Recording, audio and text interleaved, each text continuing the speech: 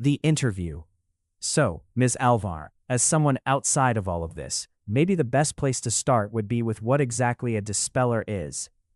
The cameraman was standing almost against the wall as the interviewer asked the first question. You're not really outside of it, just ignorant to it, but that's not really helpful at the moment. Verena shrugged and tried not to lean back in her uncomfortable wooden chair. The dispeller does what it says on the box. We dispel spirits, and occasionally angels and demons. That was what I was told. But I have to admit, it's fascinating to hear someone say they dispel angels. I would love to hear more about that. The man leaned forward and she tried to remember what his name had been. Jet. A perfectly asinine name. Dorothy or something like it. Angels are persistent, and you really don't want them hanging around. It's dangerous work sending them on their way. Angels are supposed to be helpful and loving, beings of light. They're the good ones, right? So why would people want to get rid of them? She snorted softly. Angels are beings of what most people would call good or order. But good isn't nice. The creatures you're thinking of are the newly fallen. My uncle called them gray angels, but they don't like that. I leave the newly fallen alone. They're less likely to hurt someone and more likely to bring positive changes. Taking in his expression, she could tell he was trying to pick from the questions that were flooding his mind. Angels are very strict. You do what they say, and if you're lucky, you'll do it to their satisfaction and won't get your ass handed to you or get killed. They serve I call it the overarch. My uncle always called it the man with the plan. You're talking about God? He smiled and sat up straighter. Yes and no. The overarch brought all of this into existence, but it's not a he or a she. It's kind of both and neither. It's interacted with people and shaped them from the start. Almost every religion has a version of it, and even the angels it's used to communicate and manipulate with have found their ways into these religions, sometimes as gods themselves. So by dispelling angels, you're thwarting God's will? He was almost smirking. Doctors do it every day, every time you take medicine or allow someone to intervene surgically. Verena gave him a pointed look. Those people who let their children die rather than seek help and claim they were told to do it by the angels? Not lying. Some people listen better than others, and the angels really don't care what happens to the parents after they've done as they were told. They've followed the plan. The interviewer looked a little sick. That can't be right. The sweet fluffy angels you're expecting to hear about are the newly fallen. I say newly, but it's any angel cast down since the rebels were exiled in the first fall. Crossing her legs and letting herself lean back a little, she continued. They care what happens. They still have the big plan in mind, still want to serve the overarch, but they go about it in gentler ways. It's hard not to like them. Why were they cast down? He frowned and crossed his legs, imitating her posture. After the big rebellion, questioning the way things were done was not tolerated. They thought that humanity's needs should be taken into consideration as much as the overarch's plan. That was considered questioning. Verena made a gesture of plucking and tossing. They have hope that their work will be seen and appreciated, that maybe things will change. I don't know that I share that, but I hope the best for them. The big rebellion would be casting Lucifer out of heaven? He tilted his head thoughtfully. That's not his real name, and I really can't say that there is a heaven that people will ever go to. But essentially, yes. Around the time people started to get interesting, one angel had some radical ideas about how to get the plan brought about. The overarch is slow, methodical, the journey is important plan was too convoluted and in his opinion, frankly, a little stupid. She rubbed her eyebrow and smiled wryly. Like any infallible being, the overarch was not thrilled by this. This angel and all of those who agreed with him were cast down to suffer in separation. Only, this was one of her favorite parts of the story, and she had to try hard not to grin. He pretty much said, you know what? Fuck this, and fuck you. This first demon set out to show people they don't have to listen. They don't have to believe, they don't have to be grateful for their struggles in the dirt. You like that. It sounds like you approve. He was studying her. A little bit. Humans have a strange love of the underdog, and we like to hear things that free up our minds in time. I'd be lying if I didn't tell you demons are charming as all hell. They know people. They can play a person like a fiddle 9 times out of 10. The big problem is, they'll give you what you want. You want a nasty, hellfire-breathing, cloven-hoofed monstrosity to command you to do something awful? Sure. I think it's fun for them sometimes. Who would want that? He was almost laughing.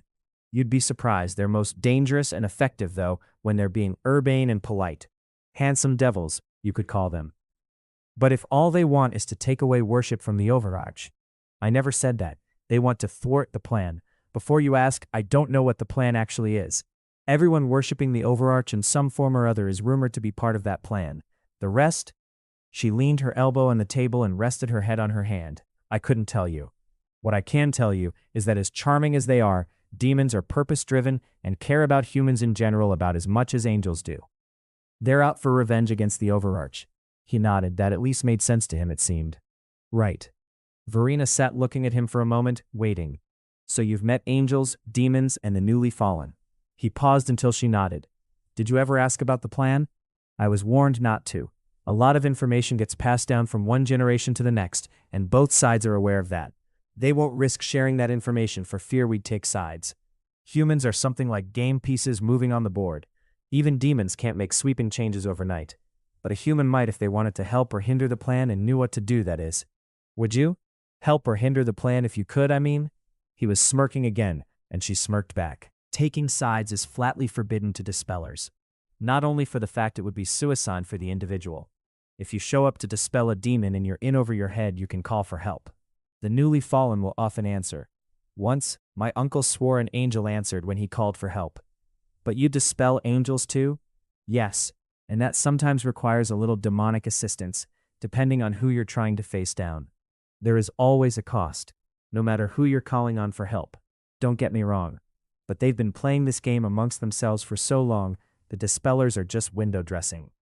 Can you explain to me why some people get visited by angels or demons and not others? Verena nodded as she straightened herself in the chair. From what I can piece together, some people are more important to the plan than others. Everyone has a certain amount of value as set pieces or behind-the-scenes workers. Think people who work to set up a theater production. But the most important are the actors. He nodded. So you can tell who has something important to do? Often, yes, even if it's just putting a certain thing in motion to move an actor across the stage. How would the death of a child, or the needless death of anyone, serve some greater plan? Wouldn't it make more sense to, why are you grinning like a Cheshire cat? She hadn't been able to keep her amusement hidden, and she'd been waiting for that one.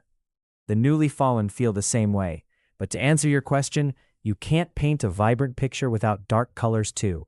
Death brings out strong emotions and moves people deeply.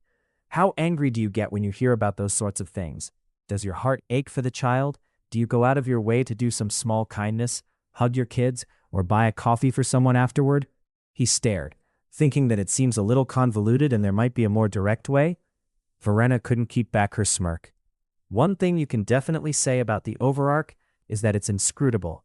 I honestly couldn't tell you if the big plan is good or bad or... She lifted her hands and shrugged. I don't meddle in it unless I've been asked to, and then only as much as I've been asked to. That sounds prudent. He paused. Can you tell me about meeting these creatures for the first time? I mean, that had to be startling. Verena started to laugh. The angel was intimidating to say the least. It probably isn't a stretch to say those first meetings still color my interactions with them. I was maybe about 13 when I went with my uncle to do a job, holding the bag, handing him things, just trying to learn the basics. And this angel was standing blocking a doorway inside the house. Not a little doorway. I'm talking a wide, 3 people can walk in at once living room archway. What, with wings spread or something? He looked amused. His eyes crinkled, and he recrossed his legs again. Yes, she laughed and shook her head. It had a sword held, blade down. She demonstrated a 2-handed grip, looking at us like we were bugs about to be squashed. I stopped dead still. My uncle turned around, slapped me on the back and told me to breathe. What did it look like? I mean, was it a he or a she or glowing or... I'm dying to know. He was smiling indulgently. They do have a glow about them, but it's a cold glow, not a warm light. And as for gender, I didn't ask, and you honestly can't tell what it is behind the facade. This one had creamy golden wings. Its eyes were hard and looked like pale hessonite garnets. It was terrifying. How was it dressed? Flowing robes? Looking down at her hands, she took a breath. No, it wasn't that it was invisible, though they can be. It had taken on a human form. He was dressed like he belonged there. Khakis and a button-down shirt. Like in a nightmare, where something normal is suddenly not. It was standing there bold as brass, but they couldn't see the sword or wings. Just a man they knew. Wow, if an angel was like a nightmare, I shudder to think what a demon must have been like. Exhaling a soft laugh and looking back up at him, the corners of her mouth started to twitch. I expected the same after meeting the angel. I started reading anything I could get my hands on about all of them, and I was struggling through a particularly difficult grimoire I'd stupidly snuck out of the protected room so I could read it without being fussed at. Why would you be fussed at, and why would you need a protected room? If someone had books on how to summon, harm, and dispel you, how badly would you want to get your hands on those books? And how dangerous do you think it would be to have someone too young and stupid to understand the dangers, combing through some of the more complicated books? Right. So what happened? I took it to a public library and hid in a corner with it. A very charming gentleman in a purple and black pinstripe shirt, French cuffs, black slacks, approached me, chiding me gently for being so foolish as to bring a book like that out. I thought he was one of us for a second, until I looked up at him. I had actually opened my mouth to spout off, and shut it real quick. Verena looked at the curious interviewer. It was clear to him I couldn't defend myself, and he genuinely wanted to know what would possess me to do something so stupid. So I told him about the angel. I have never heard anyone or anything laugh like that since. He let me take the book straight back to the safe room, just for amusing him so tremendously. Why would he do that? He looked baffled. They don't care for humans in general, but individually they find us occasionally entertaining, and dispellers are the only ones who'll try to prod angels off of their targets. We're useful to both sides as much as we can be a pain in the ass to both. Other than his clothes, what did he look like? Horns? Wings? No horns, he kept his wings folded, but they were black, matching his clothes. I'm certain he did that deliberately. His eyes were dark and opaque like star garnet without the star. He was much prettier than the angel, in my opinion. She gave him a half-smile. And what about the newly fallen? Are they more like angels or more like demons? The first time I saw one of the newly fallen, my uncle had been called to shoo away a demon and needed help. It showed up dressed like a homeless woman.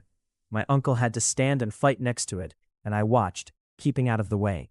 I was paying more attention to what my uncle was doing, trying to learn, than to what the demon was doing. It tried to lash out at me to break my uncle's concentration, and the fallen took the hit. Was it injured? Not badly, so it said after they finished the dispelling, but I was grateful. My uncle introduced it as a gray angel, and it was very unhappy with that. It almost left. I asked it what it preferred.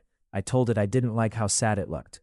She paused, looking into the middle distance of memory.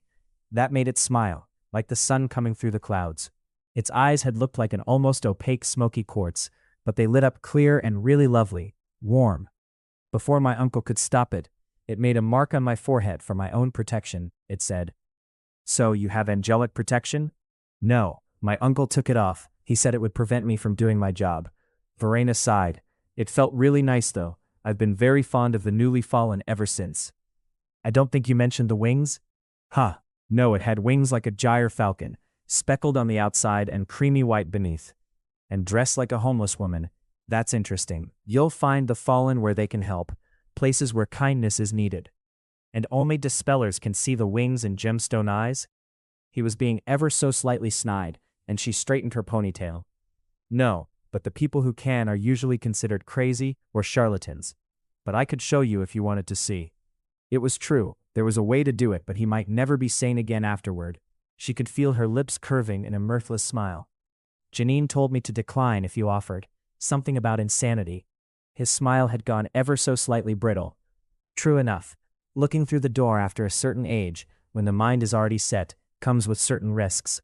Why did your uncle decide to train you? I assume your parents were deceased? Snorting and leaning her head on her hand again. Aunt and uncle are more like titles. Dispellers usually start out as street kids. There's a certain amount of resourcefulness and distrust you need for this work. I caught his eye, and he offered me work. I found the work fascinating, and he started teaching me. What work were you started out with? Can't tell you that. There are those who would watch for it and try to snatch those kids up. He laughed. Is it really work that kids should be doing? It's work that needs to be done. She shrugged. And it's nice to find a place to fit. Do you think it's part of the plan? He sounded like he thought he was very clever. Inscrutable, impossible to understand or interpret. I wouldn't rule it out, but I wouldn't rule it in either. My uncle was killed by an angel. It really didn't want to get booted out of that poor girl's house. If her mother hadn't thought it was a demon. Who knows what would have happened to her? How did it kill him? He was doing the lion's share of the dispelling work as I was struggling to call for help. It put that damn sword right through his chest. To the girl and her mother, it looked like he fell over, clutching his chest. The autopsy said his heart burst. What happened? Did you lose that one? Did you leave? No, I managed to summon help. The burst of horror and rage I felt drew something much stronger than my fear was pulling. The demon helped me dispel it. What did that cost? He looked intrigued. An errand. Verena sucked on the inside of her cheek for a moment, looking away. Not picking up the dry cleaning, I take it. No, I wasn't in a good headspace, and this wasn't a nice errand. Think kicking puppies to piss off angels, and you'll be in the same meanness zip code. And you did it? You don't go back on your word in my line of work. Not and live to tell the tale anyway. So you did something cruel on the orders of a demon. Yep, and then I had my uncle cremated like he wanted. Paid extra to be there when they put him in the oven. Had to be sure. He was very clear about that. Then I went and got so shit-face plastered I woke up covered in my own vomit in a pile of trash bags, with one of the newly fallen looking down at me like I was a curiosity. That could have been dangerous. You have no idea. As hungover and distraught as I was, I couldn't have defended myself from an angry pigeon. It offered me water and I tried to refuse before telling it about the errand I'd run. It petted my head like I was a cat. It knew. It was still trying to help me. Why would you tell it you just run an errand for a demon? Were you trying to get killed? The incredulous look on his face made her shrug. Maybe. I was in a bad headspace. The first decent solid person you can remember having in your life gets killed in front of you. You're going to be fucked up for a while. The newly fallen managed to help me home. Then I had several of them that would just turn up now and then. Almost daily at first, but then it petered out as I got better. Did they ask for anything? That seems like a lot of effort to put into someone who might. The dawning realization on his face almost made her laugh. Wait, you said you don't dispel the newly fallen, didn't you? That's correct. I trust them not to fuck with people unduly. Some of the others don't think I should. I've been told to refer jobs involving the newly fallen back to someone else. Do you? If the job still needs doing after I've sat and talked through the reason for the visit, you'd be surprised how many people change their minds after hearing me talk it out with the newly fallen. And if the job still needs doing, you refer the job back. How does that go over with the newly fallen? The other dispellers tend to give me crap jobs when they can get away with it. She grimaced. But the newly fallen are understanding about it. They know I tried to help the people comprehend the situation, and they at least have forewarning. You don't do that for angels or demons? Hell no. I'm not going to lie, I'm always a little happier to do jobs that involve dispelling angels. But demons, while charming and useful, will fuck you up. Have you ever dispelled one and then had it come to help you later? Demons will do that, yes. You pretty much know it's going to cost dearly when they do. Verena rubbed her face. And you're stuck with whatever they ask you to do? If they want a grimoire out of your library, or if they want you to murder someone? He was studying her face. You can decline and they can choose another task. They're not really happy with that. So if you can stomach the job, it's advised you do it. It's poor form to ask one of us to do something against our own, though. You wouldn't ask a demon to help dispel a demon. You don't ask a dispeller to do something that affects other dispellers. Have you ever declined a task and had them pick another? Nope. I don't have any trouble calling for help either. There are a couple of them who are always very happy to come lend a hand.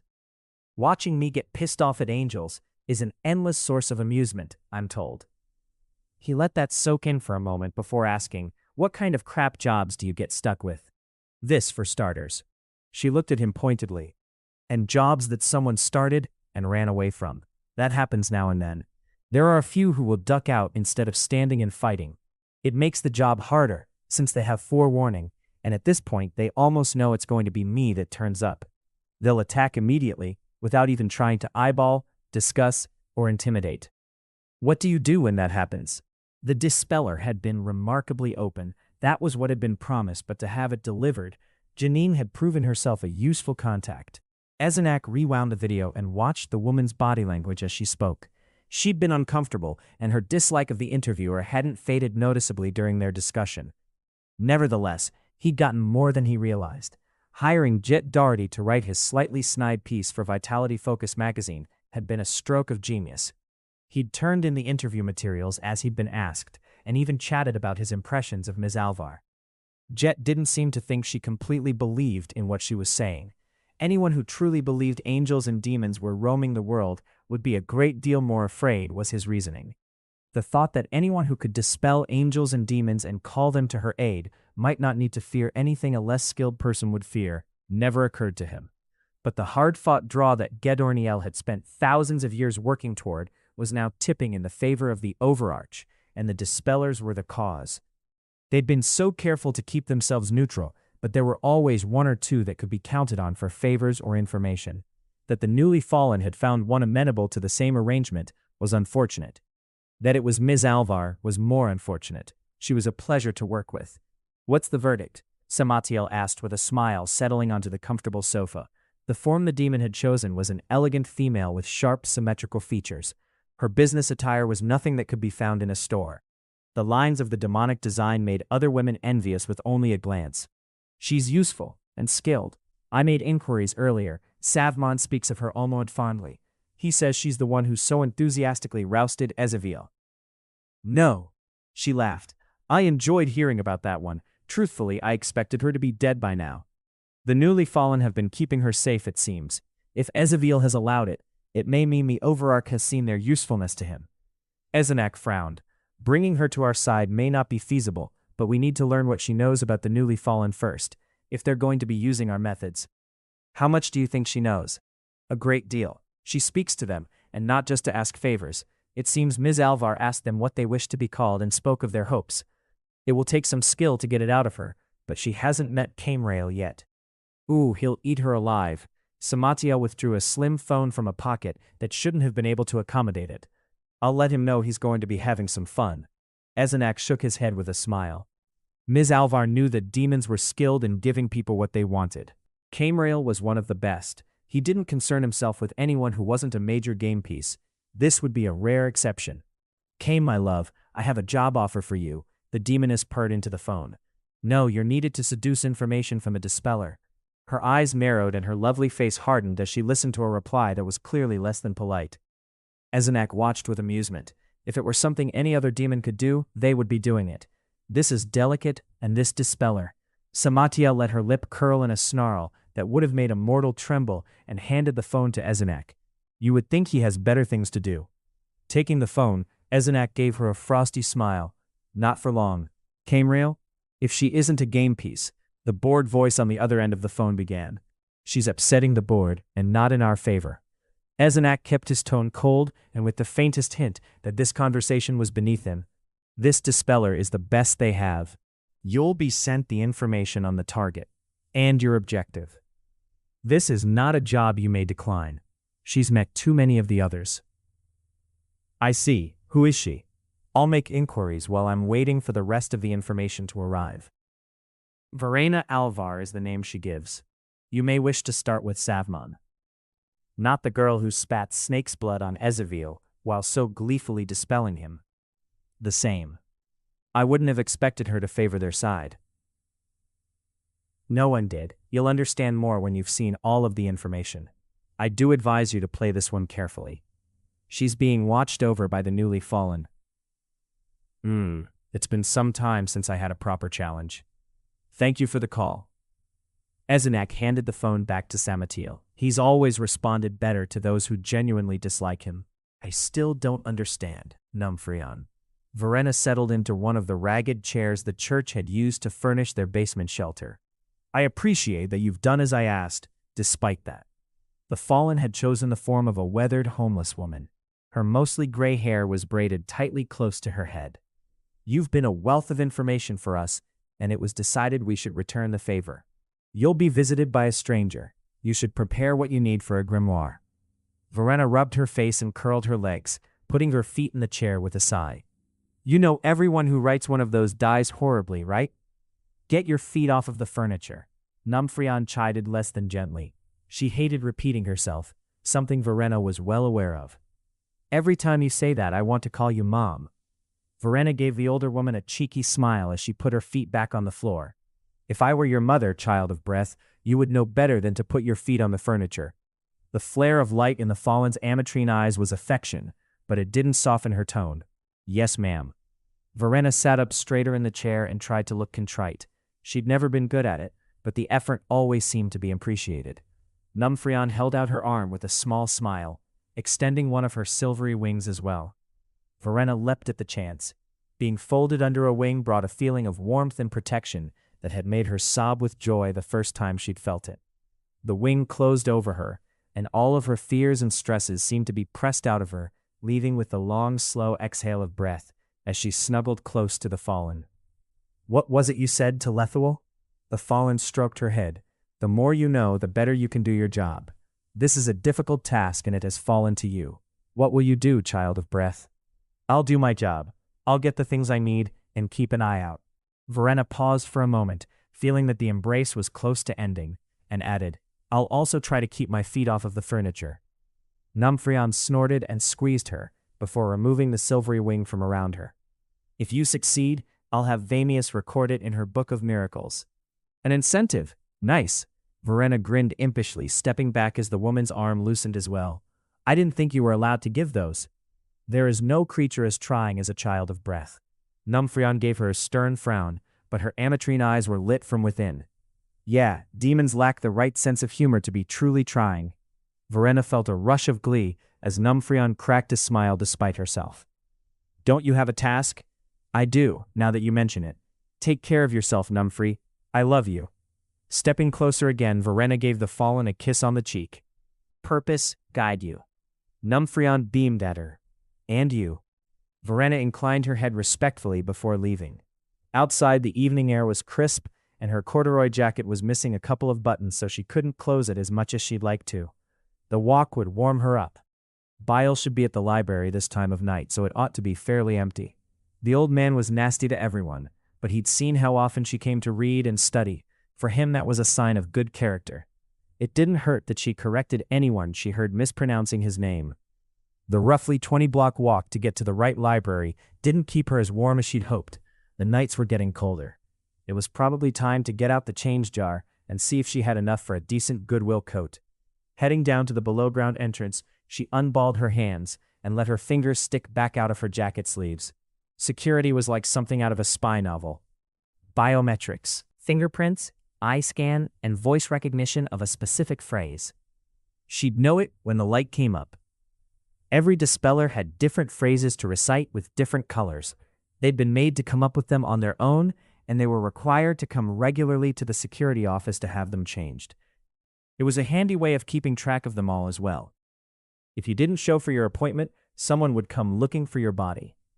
The blue light came on as she looked into the hole with her hand on the pad. "You're a bag of dicks." The door buzzed open for her. Making her way through the gauntlet of misted holy water and various little tricks to be sure nothing unwelcome stuck to her and made its way in, Verena finally got to the library proper and entered the protected confines with a sigh of relief. "Look, Bile, all I'm saying is you can change your name and solve a lot of your problems." Jack the Jerk was here yammering away. Bile was stuck at the counter watching over the book Jack had requested to see. The look on his face said clearly that Jack wasn't worth killing, but he was starting to consider it anyway. First off, Verena offered nonchalantly as she approached the counter. "It's Belay, and a person's name is something valuable. Not everyone has a throwaway name like yours, Jack." Jack turned his head to give her a nasty look and smug smirk. "And secondly, if you're here to chat, you're in the wrong place. Go annoy a barista. Some of us have work to do." "I know for a fact you don't have a job right now." Jack started to turn his back on her, "and yet I have work to do, and so does Bile." "Is that a fact?" Jack reached out to touch the book in front of him, and Bile pulled it back, closing it carefully. "It is. You've had an hour to study, and you've wasted it trying to get a rise out of me. This book is not to be touched. You know that. You're done." Bile turned his back, carefully putting the tome back into its protective casing. Cursing under his breath, Jack stalked off to another corner of the library, clearing the way for Verena to come up to the counter. "Bile, I need to talk to you about something important." "You want to chat? Find a barista." The old man snorted at her, not bothering to turn around. "I don't think a barista can help me write a grimoire." The old man stiffened and turned slowly, his face set in grim perplexity. "Say again?" "I've been given a warning. I'm going to be approached by a stranger, and I'm going to have the opportunity to write a grimoire. I've read enough of them, I know the information I need to get. What I don't know is how to get it written down without getting caught immediately. Slips of paper. Nothing can be put down in its entirety. No incantation, no diagram, not even a whole coherent sentence. Most of the writers devised a system of their own to help the librarians make sense of the mess of scraps after their deaths. He gave her a hard look. How clear was this warning and how sure are you? As clear as it gets, and as certain as I can be about anything. You're the one I trust to know how things should go. She took a deep breath. The reminder that this was going to end with a horrible death brought back the tension the fallen's embrace had cleared away. And nobody ever survived? Nobody at all? The look he gave her was almost pitying. Right. Verena rubbed the back of her neck and took another deep breath. Well, nobody lives forever, I guess. Putting her elbows on the counter, she looked up at him. What do I need? You could just walk away from it. A demon might approach you, but as a dispeller, it won't linger unless you engage it. Bile studied her face. If it's a stranger to me, you don't have a book on them, Bile. How can I walk away from that? Shaking her head, she swallowed her nervousness and exhaled the fear. This was a job. Fear has no place while you're working. Uncle had said that often enough. It may not be a paid job, but it's still a job. It needs to be done. Come with me. Bile gestured for her to come around the counter. In the office, he lifted the handset of an ancient rotary phone off of its cradle and began to dial. You're needed on the desk. He replaced it and waited impatiently.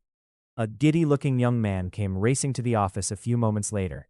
His brown hair was disheveled, and he looked like the definition of an eager beaver, with his bright eyes and slightly buck teeth. Master Bile? All rules must be followed. Nothing in the cases leaves the countertop, and they are not to be touched by any readers. Do you understand? Yes, sir. Piping up, she added, beware of Jack. He'll try to push your buttons until you walk away, or get so distracted he can touch the book, or even pick it up. Don't turn your back on him for a minute. You shouldn't turn your back on any of the dispellers, Bile added bitterly. I did once get the Nalesis grimoire out of the library, and I'm one of the more respectful patrons you have. Verena gave Bile an apologetic shrug and a wry smile. When she glanced at the horrified and furious look on the boy's face, she held up her hands. I brought it back. Treat them all like thieves and vandals, Vincent. Bile pointed, and the boy walked out to the counter, looking less eager and more vigilant. I'd heard rumors that someone had allowed it out of the library. Bile led her down a long, narrow passage. Allowed isn't the right word. I picked a busy time of day, and when the librarian stepped away to help someone, I slipped behind the desk and borrowed it. Verena stopped walking, as Bile turned around and glared at her. They wouldn't let me look at it otherwise. I think I was 14 at the time and trying to learn everything I possibly could. The rules made no sense to me. You read the Nalesis grimoire at 14, but the rules made no sense to you? They made a lot more sense when I met Nalesis in the public library where I took the book. The sick look on Bile's face made her try to reassure him. The writer pegged him. He's curious and charming, but they didn't mention that he'll let you walk, or in my case, get the book back safely if you can make him laugh. The old man clutched his head as if he had a splitting headache. Who was on the desk? Riley and Finn both. When I came back, Finn was hunting through the stacks, and Riley was pale as a sheet, still trying to help people. Neither one noticed when I laid it on the counter and went to find something on methodology instead. I should have you barred from the library. He turned and continued down the hall.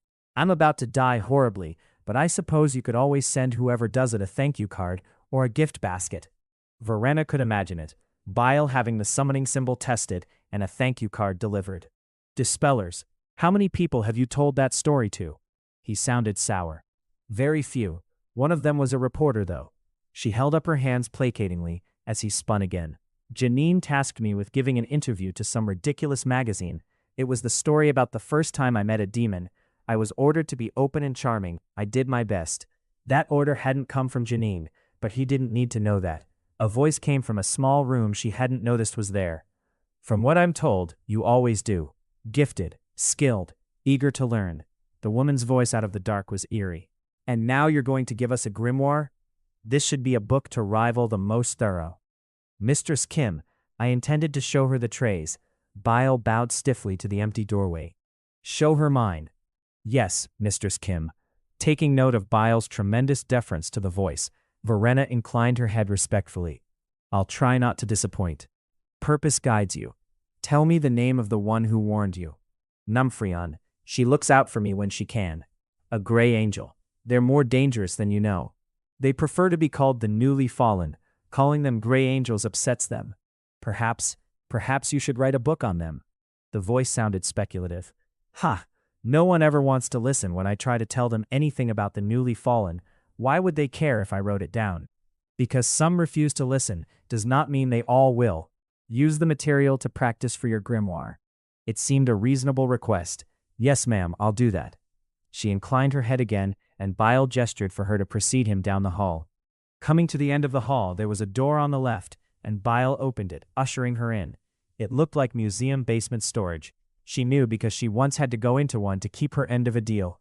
If the demon hadn't told her the tray number and given her a sketch of the artifact to help her take the right one from the selection they had, it would have taken years for her to find it. A tray was pulled open and lifted out carefully. It was placed on a viewing table, and she was handed a pair of gloves. The scraps of paper looked torn and mangled. Many were so brown they couldn't be read. Blood. Mistress Kems. She was gathering information on a demon named Savmon. The grimoire on him has been filled out little by little over the years, but she began it. I know him. I brought back some of the information that was put in the addendums. He's a piece of work, but if you have to go up against one of the stronger angels, I don't think there's a better demon to back you. That might be why she wants you to see this. You're comfortable with them.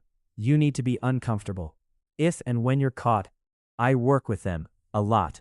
I get sent against angels mostly, and against the strongest of either side, when some weak sister like Jack tucks his tail and runs. Don't think I don't know what they are, or what kind of death I'm looking at. Verena frowned and looked at the scraps that were legible more closely. The writing was strange, but she thought she might have seen it before. What language is this? Khmer. She thought putting it in her mother tongue would be security enough. She was wrong. If they don't know every language, they learn it real quick. It looked like the paper had been written on and then torn. Did she write and then tear? Wouldn't it be better to tear and then write? She did, and most put them on completely unrelated slips of paper. Some do colors of ink to put them in order, some colors of paper. Some have done tiny numbers. Bile studied her grimly. The more you gather, the more danger you're in. Can I send envelopes of scraps to you? It might help keep too much of what I gather from ending up illegible when I'm lying in a pool of my own blood. She wasn't lying in it. She was suspended over the desk. Bile snapped as if she were being disrespectful. Oh, I imagine I'll be a bloody pulp. Savman must not have been fond of her if he left her alive. He got friendly with me and told me if I pissed him off, I could expect to have my skull fucked, and he'd drag me to hell personally. Bile stared at her. He didn't leave her alive. Her spirit clings to an object she prepared to prevent him from dragging her to hell. She was one of us, and she causes no harm, so we haven't allowed anyone to dispel her. Then maybe I was wrong. Demons have a different idea of friendly. Verena gave the older man a rueful smile. They're nastier to people they like. Have you met all of them? Something seemed to be dawning on him. Everyone in every grimoire I've read. Ezenak? He asked suddenly quiet, leaning toward her. I've worked with him. He's a quick one. The grimoire said we wouldn't encounter him, but he's come twice when I put out the general call. He shouldn't have. He's a coordinator, not a player, Verena offered helpfully. They're all players. They just have different roles. I think he came because he needed some things done, things that needed a human game piece to complete. Bile's face became unreadable as he leaned back. I'll give you a name and address to send scraps to. You're going to start with the gray, the newly fallen? I will. I'm not sure what to include. As far as I know, they can't be summoned individually. Names and everything you've learned from them and about them. Verena gave a tentative nod. I've learned so much, picking and choosing what to write might be difficult. She rubbed her face. I'll do my best. I'll be trying to find a way to scramble things as if I were writing about a demon too. I might have to try a few different things until I find something I like. They usually do. I doubt you can throw anything at us we can't decipher. I'll just try to keep it coherent enough for me then, and trust you can figure it out. Finding a place to write with a place she could inconspicuously drop her envelopes of paper scraps wasn't as hard as she thought. The public library was already a part of her normal routine. Verena had been given several big boxes of envelopes, and she always kept one or two with her along with stamps. paper she picked up anywhere, old newspaper, printer paper, legal paper, scrap paper out of a wastebasket. How the librarians were doing deciphering it, or even if it had been deemed worth the work, she didn't know. But she kept at it. She had plenty to write about. The more she thought, the more she realized she should add. The project, however, distracted her more than it should. Verena was jotting a few words on a piece of scrap paper when someone leaned close with their mouth next to her ear. "I would almost think you were writing a grimoire, but you have no one to write about." The voice was like silk. "If it were a grimoire, I'd be dead. So, I guess I'm glad it was a less dangerous task I was put to." Verena mentally kicked herself for not paying attention the way she should have been. A man's manicured hand reached out to rifle through the scraps. "Writing about the newly fallen? That was my task. They don't want to hear me talk, but they want me to write it down. I'd be thrilled to hear you talk about them." He began to collect her scraps. "Those are mine, and I don't know you, so back the fuck up." She drew a small protective symbol on the tabletop with her finger, and he withdrew his hand. "I'm withdrawing my hand out of politeness. That little symbol isn't enough to drive me away." He sounded more amused than annoyed. "Thank you." Verena gathered her unfinished scraps of paper and shoved them into the still blank envelope. "I would have expected the Dispellers to know a great deal about the newly fallen already. And you would be wrong. They still call them Gray Angels, and why am I talking to you again?" She turned and faced him, taking in his carefully constructed appearance. His eyes were black flecked with rich brown, like mahogany obsidian. The brown nearly matched the brown of his coiffed hair and well-kept beard. The closely folded wings were those of a bird of prey, a mottling of dark browns with hints of a lighter color beneath. He was dressed like a wealthy hickster in layers of snug-fitting clothes, mostly in earth tones, and a scarf draped casually around his neck. "Because you have a soft spot in your heart for those who choose to do things differently." That sounds so odd coming from someone who looks like a GQ model. He smiled and shrugged with one shoulder. "I was under the impression you liked pretty." "I do. Pretty screams danger. What can I do for you? I'm not used to chatting with pretty unless I'm paying for it." "You make us sound like whores." He smiled brightly. "Uncle used to say, if the shoe fits, lace that bitch up and wear it." Verena couldn't help but grin at him. Dispellers, as if a John isn't as sinful. He grinned like a Cheshire cat. While the teeth were human, the smile was a little too wide. "I don't think I said I had a problem with it. Pay for play has a long and storied history." The demon began to laugh. "Child of breath, you have no idea. I've seen how far back the records go, and I'm not dumb enough to think we've ever been able to do this on our own." Verena watched his eyes widen with amusement. "I would love to hear about those records as well." "I bet you would, but my question still stands. You've been called a child of breath before, often and fondly, but it's usually prefaced with, 'There is no creature as trying as a—'" He laughed again. "Why don't we go somewhere more pleasant and talk about that?" "Nah. It's been nice, but I've asked twice, and you've gotten all you're going to get." Verena gave him a smile and a shrug, tracing a complicated symbol on her hand with her pen. A symbol she'd practiced so many times, she didn't even need to look down to do it. "You don't want to know what I want anymore? Or what I can offer you?" He looked at the symbol with amusement. "You want to know what I know about the newly fallen, among other things, and you'll offer me whatever will get you what you want, right up until you've got it, and then I'm as good as dead. Why you're curious does pique my interest slightly, but not enough to keep engaging with you. So you can go now." His head tilted slightly as he stepped forward, reaching to touch her face. "Do you think?"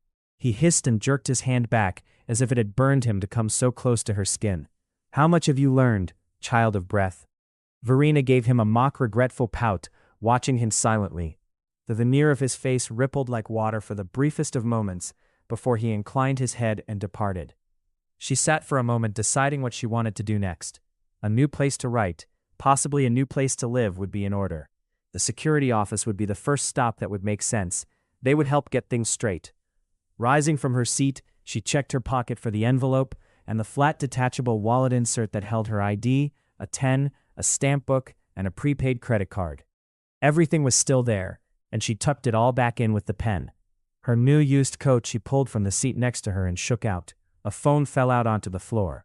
She left it lying there. "Hey, you dropped your phone. It's not mine." Verena stalked out of the library, paying closer attention to her surroundings this time. She was most definitely being watched. "Spare some change?" A familiar voice inquired as she moved down the streets purposefully.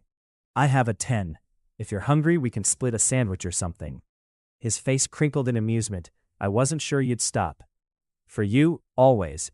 I am in kind of a situation, though, if I used my ears for something other than decoration." She sighed, annoyed with herself. "We're keeping watch over you, we know how you can be." "I appreciate that. It's good to know that there's some truth to the rumor God looks out for children and fools." Verena gave him a wry smile and watched his lemon quartz eyes light up. "Come sit with me. I have things that need doing, I need to get to the office." Verena stepped toward him as he held out a hand, taking it and letting him tug her down on the cardboard seat next to him. "Show me what you were writing?" K-Rel looked at her curiously. Fishing the envelope out of her pocket, she handed it over and watched as he looked through the scraps with bemusement. "You're writing about us?" "Yeah. Any time I ever tried to correct them or explain something, they ignored me or made fun of me. Except at the library. I was told to write it down, practice like a grimoire." He nodded with a smile. "It would be nice if they stopped calling us gray angels." Seherol paused for a moment. "These sentences are unfinished." I was interrupted. "You don't happen to know who the stranger was, do you?" Verena asked hopefully. "I do." "Would you be willing to tell me?" She offered him an impish grin. "If you would do something for me."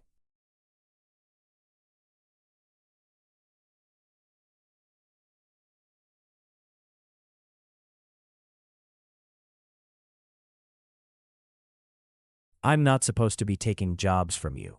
I know I've hopscotched over a couple of lines, sir. Just speak with him. That's all I ask." "Speak with who?" Verena's grin had been replaced with a worried frown, and the Fallen extended a tawny wing and hooked it over her shoulder. "Now you're really making me worry. I know you dislike them, but please be polite." A grim-faced older man in a sharp gray suit moved purposefully toward them. His white wings with the dark gray on the very tips were distinctive. She didn't need to see his pale Morganite eyes to know Ezeviel, no matter what he changed his human face to. "Oh hell no, you need to let go of me, sir." "Sit, child of breath, and hear the words." Ezeviel stopped in front of them, glaring down at her, speaking in a voice that felt like ice-covered steel. "No, fuck you." Pushing Cyril's wing off of her shoulder, she came to her feet in a rush of adrenaline. "One of the two of us is going to walk away right fucking now. Either you can step out of my way, or you can just keep on walking. You will listen." Ezeviel spread his snowy wings. Crossing her arms over her chest, she began to mutter under her breath. This wasn't how she'd planned on using this particular trick, but she didn't have anything else with her. The pen symbol on her hand began to burn, and the lines of the UV tattoos on her skin felt like they were igniting. "Armor, child of breath, I." A hint of interest flickered across Ezeviel's face before she uncrossed her arms and clapped her hands. The sound of the clap rattled windows and made him take half a step back. It had caught his wings like a gust of wind, and he closed them promptly. "Leave me." Verena stood glaring at the angel, willing it to walk away with every fiber of her being. Ezeviel studied her briefly and turned to walk away without further discussion. She rounded on Cyril. "Why would you do that? If I pissed you off that badly, you can open your fucking mouth and tell me." Her heart was pounding. "I asked you to listen." Not to him, never to him. The look of cold incomprehension on the Fallen's face made her want to kick him. "I gotta go." It felt like her mind was burning like the lines on her skin, churning with frustration, exasperation, chaos, and anger. The line in the middle of the street was under her foot when he stood and shouted after her. "How can you expect me to understand if you won't explain it?" He was using her own words against her. Verena stopped and turned on her heel, moving back toward him. She stopped in front of him, looking up into his clear yellow eyes. "That one, Ezeviel, is the one who killed my uncle. I know this job is going to get me killed. I know we don't have long lifespans, even compared to other humans. I even know it shouldn't be personal. But it is." She struggled not to let the lump in her throat close it up. Blinking back, the angry tears. "I watched him put a sword through the chest of the one solid person in my life. The wound that does not heal." He sighed, and wrapped his arms around her before enclosing her in his wings. The sob wrenched itself out of her before she got control of herself again, breathing deeply and holding onto him tightly under the warmth and protection. After a few moments, she said softly, "Some wounds don't." He crooned softly to her, "Some broken hearts never mend. Some memories never end. Some tears will never dry. My love for you will never die." One of Uncle's favorite songs that she'd listened to over and over again after. Then she drew a juddering breath, pressing her face into his dirty shirt again. "I love you too." For a few long moments more he held on to her, and then released her. Taking a deep breath of the cold air, outside of the confines of his wings, she said tiredly, "Please never do that again. If you want me to speak to someone, give me some warning, and you won't ever get me to speak to him. Okay?" "Okay." Seharel nodded slowly. Extending his hand, he offered her the envelope back. She realized she'd forgotten about it entirely. "Thanks." Verena offered him a small smile, and he smiled warmly at her. "Go, child of breath, and perhaps find yourself something to eat on the way." His warm concern put a more genuine smile on her face. "I will." "Thanks." She inclined her head respectfully before turning to go in a calmer fashion. There was a little place with cheap doubles not far out of the way, and that sounded really good right now. Kaimrel was watching with a mix of pleasure and dismay as the Dispeller left Seharel's side. The best they have was what Ezenak had said. The girl had appeared skilled but foolishly open and too trusting. Discovering there was more to her than there seemed made him think it was an act to keep her below their radar. The Fallen had seen her potential and found their way in. But a door once opened could be opened again. And from what he'd heard, she'd been showing it to them every time she called for help in dispelling Ezeviel. Information was just the beginning of what he intended to get from her. The Fallen were using her to sway the entire organization of Dispellers. They could be used to demonic advantage as well. But first, he slipped back out onto the street from the abandoned space he'd been watching from. "Seharel, how long has it been?" He flashed the homeless man a cheerful smile while fishing a 20 from his pocket. "Not long enough, Kaimrel. You look well." "Thank you. You look like shit." The Fallen chose such depressing forms, it suited the despair that could be felt radiating from them. They longed to return to heaven. The Fallen looked at him sternly. His tolerance for pleasantries seemed to have been reached. "No need to get upset. I simply have a few questions about the Dispeller who was just professing her love for you." The pale yellow eyes looking back at him glittered like well-cut gems catching the light. "Did you give her the armor?" A question I would also have answered. Ezeviel's icy voice carried as he approached. "We did not. She was found with some of the markings already in place. It has taken years for her to complete them." "She was found. The night she drank herself into oblivion, no doubt. I didn't see them until she spoke the incantation, and neither did he." Kaimrel jerked his thumb in Ezeviel's direction. "How would you have seen them?" "They were visible while they healed. She kept herself well covered most of the time." Seharel was looking pleadingly at Ezeviel. After Ezeviel murdered her uncle in front of her, she was less careful for a time. I recall something about that. Kaimrel couldn't help but wonder if any of the other Dispellers were wearing such carefully concealed armor. They couldn't do their jobs and have it completed, but with a simple penned mark in the right place, they could be much more formidable than they had previously shown themselves to be. The mark she'd chosen radiated protection without tipping her hand. If they weren't, she might be the beginning of a trend. She wasn't well liked by the other Dispellers, but even they knew she was highly skilled. Ms. Alvar had been sent to other countries to do her job, and few of the Dispellers could boast that. It wouldn't be long before they began to encourage her to start teaching. "I murdered no one. I have done my duty," as her uncle did his. There was an undercurrent of annoyance beneath the ice of his tone. "Why are they no longer called masters? That would keep them from getting so attached." "They haven't been called masters for 100 years or more." Kaimrel gave a snide laugh. "You haven't spent any time with them. Except, of course, to kill them." Eyeing Kaimrel, he spoke pensively. "You, on the other hand, we haven't paid enough attention to you. Seducing a Dispeller is a feat few have managed, and to seduce such a skilled one." He tossed the 20 to the ground in front of Kaimrel. "Thank you for reminding us that it's possible." Kaimrel set off in the direction Miss Alvar had gone. She had said she needed to go to the office. The location wasn't exactly a secret.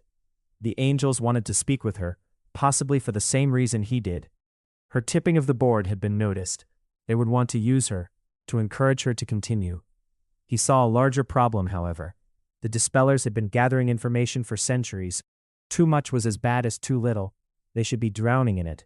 But somehow at least one of them was making sense of things and understanding how the board could be shifted.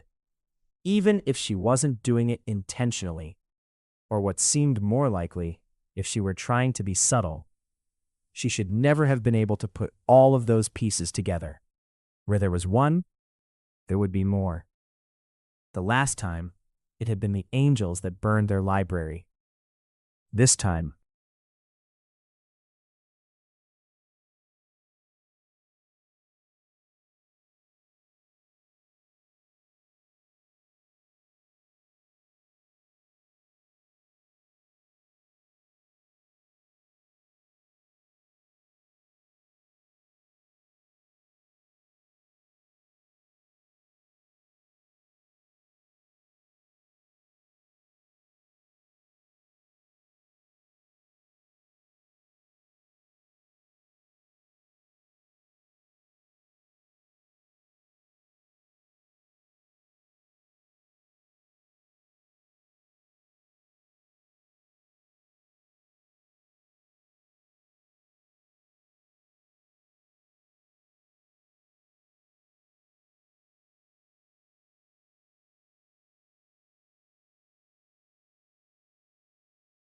well, you're going to have to forgive me for ducking in.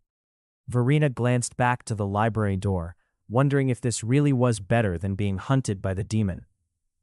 Give me a reason. Bile finally gave her a moment to rebut his tirade about irresponsibility. How about Ezavil, who tried to approach me in the street, and the top-shelf demon that got the jump on me in the library? I'm pretty sure he's the one I was warned about. I've never seen him before, but this guy was slick and very powerful, and I pissed him off. She fidgeted, wishing she'd been allowed further into the library. And I think I might have shown too much of my hand as far as my armor goes. Armor? The older man looked at her sharply. You have been in the old records, right? They have diagrams and all kinds of stuff. What do you think I spent so many hours in there for, so many years for? I thought you were interested in the history. His eyes narrowed. What did you do? I got tattooed. UV ink. You know how the text with the armor diagram says it has to be traced in sunlight? UV ink works. I put the last symbol on with a regular ink pen. How effective was it? Bile seemed to forget his consternation for a moment. Very. The demon couldn't touch me, and that was without the incantation. But I had to use the incantation to make Ezavil back off. That bag of dicks spread his wings at me in the street. Verena breathed a sigh of relief as he took hold of her arm and led her toward the library. Instead of in, he took her past, through another set of biometric doors that he opened himself. The librarian's living area. Vincent was lounging on a sofa in pajamas, staring intently at the TV when Bile cleared his throat. Master Bile. He sat up and gaped at her. Ms. Alvar. She isn't supposed to be here. His attention shifted back to Bile. She's going to be staying with us for a few days. Show her to the spare room and the writing room. His head swiveled to look at her with a frown. You won't need more than that. Verena opened her mouth to crack a joke about not needing food or bathrooms, but Bile's look strongly discouraged it. Yes, sir. I'll eat my doubles in my room and then finish what I was writing earlier before I was interrupted. Doubles? Vincent sounded almost excited before he remembered himself and mirrored Bile's sternness. From the little place a few blocks from the security office, that's where I was going when Ezavil cornered me, and since I was starved, I stopped for food on the way. I saw the demon who'd interrupted me in the public library and tried to slip a phone in my coat going that way. It was so urgent you stopped to eat? Bile scowled at her. I needed to eat, and I haven't yet. I bought the food planning to eat it on the way, holding up the bag she'd had in her hand ever since she'd entered the doors. I need to figure out why Ezavil hunted me down, but the more pressing thing for me was getting away from that demon. I need a minute to gather myself. He caught me off guard. She looked at Bile apologetically. I can't send you anything if I don't have a secure place to retreat to. I thought I was being... You don't know how to be careful enough for this. He pinched the bridge of his nose. Vincent, take her and talk to her about the ideas you had. I'll have security do a sweep to see how many demons are on our doorstep. He didn't see me. I'm good at getting around unnoticed when I try. Have them look outside their office for a demon with brown wings and mahogany obsidian eyes. And tell them to be careful, he's not like the ones we usually see. You've got a lot to write about. Go eat and drop your things. He gestured for Vincent and began to walk away. Have you really been folded under their wings? Vincent asked quietly, leading her deeper into the living area. That seems dangerous. I wouldn't let an angel or a demon do it, but the newly fallen care about people. You can feel it. Verena followed him into the room he opened. It looked like a very small hotel room, a private bathroom, a bed, and a dresser with a mirror over it. Wait, I get my own bathroom? It came out a little more excited than it should have. Are you being sarcastic? I've been living in a tiny windowless SRO where I share a bathroom with I don't even know how many other people. She sat on the bed and then flopped back. No lups. You may have to perform an exorcism to get me out of here. This is the room no one wants. Vincent was looking at her like she was crazy. It's the smallest and the bathtub is small and stained. Bathtub? She sat up with a jerk and shrugged off her coat, pushing him aside to look into the bathroom properly. Can I write in here? I mean, in the tub?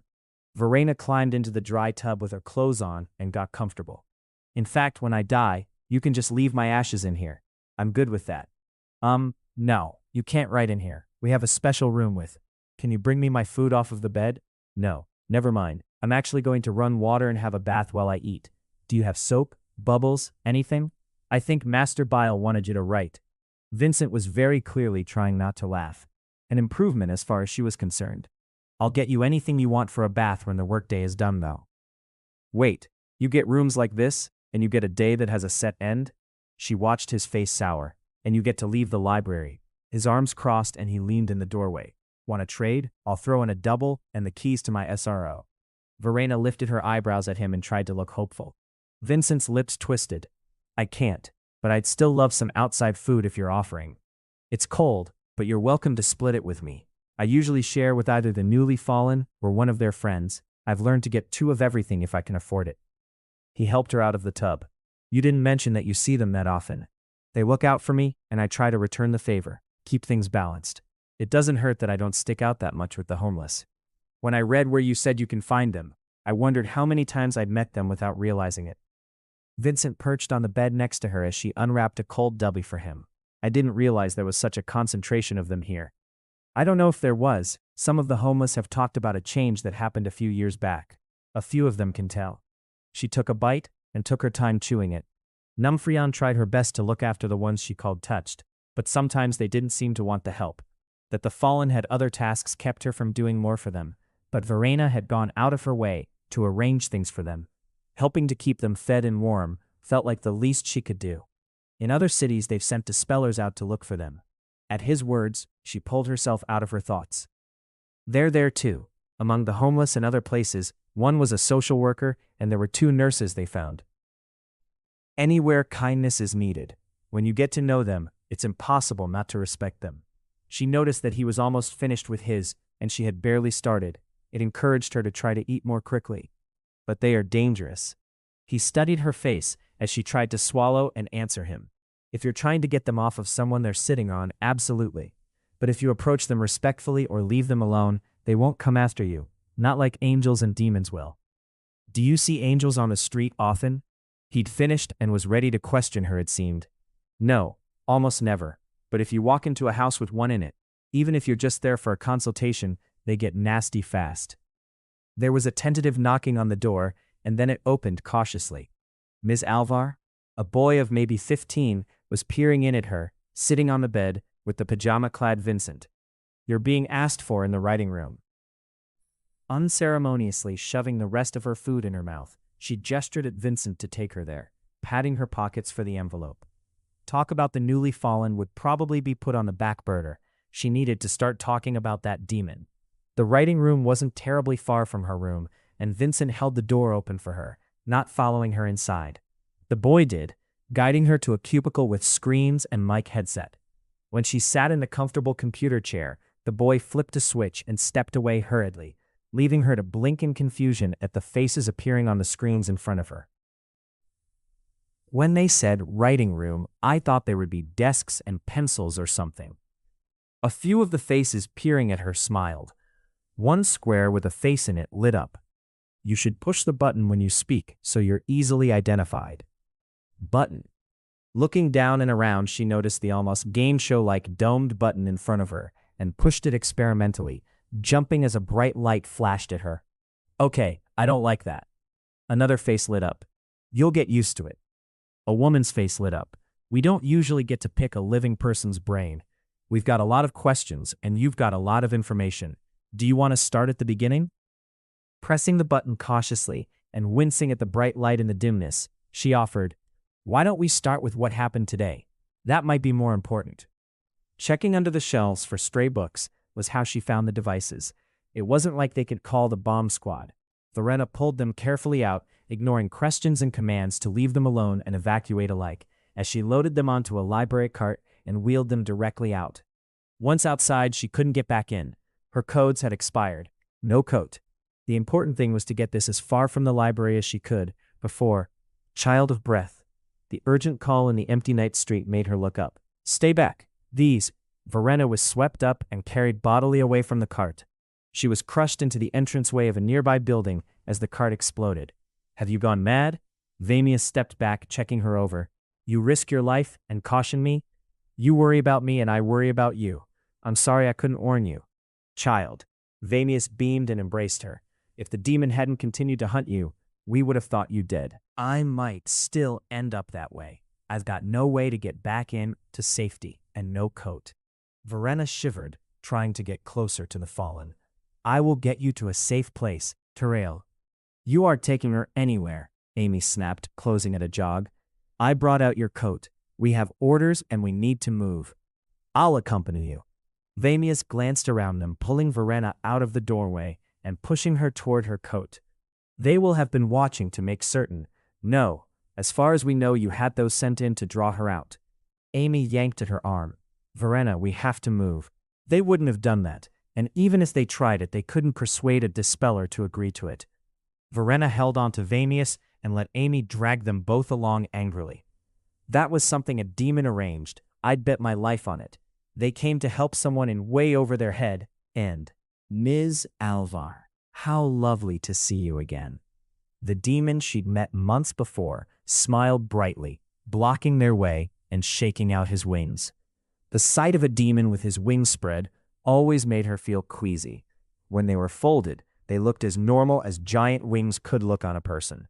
When they were spread, they looked like they belonged to something dead. The feathers were sparse and patchy. The flesh beneath was a burned and ragged gray. Oh God. Amy turned to Dry Heave. Demon wings are definitely not pretty, but get yourself together, Amy. You can throw up later. Verena muttered, pushing her behind and hoping the other dispeller had something with her. Vamius, leave us.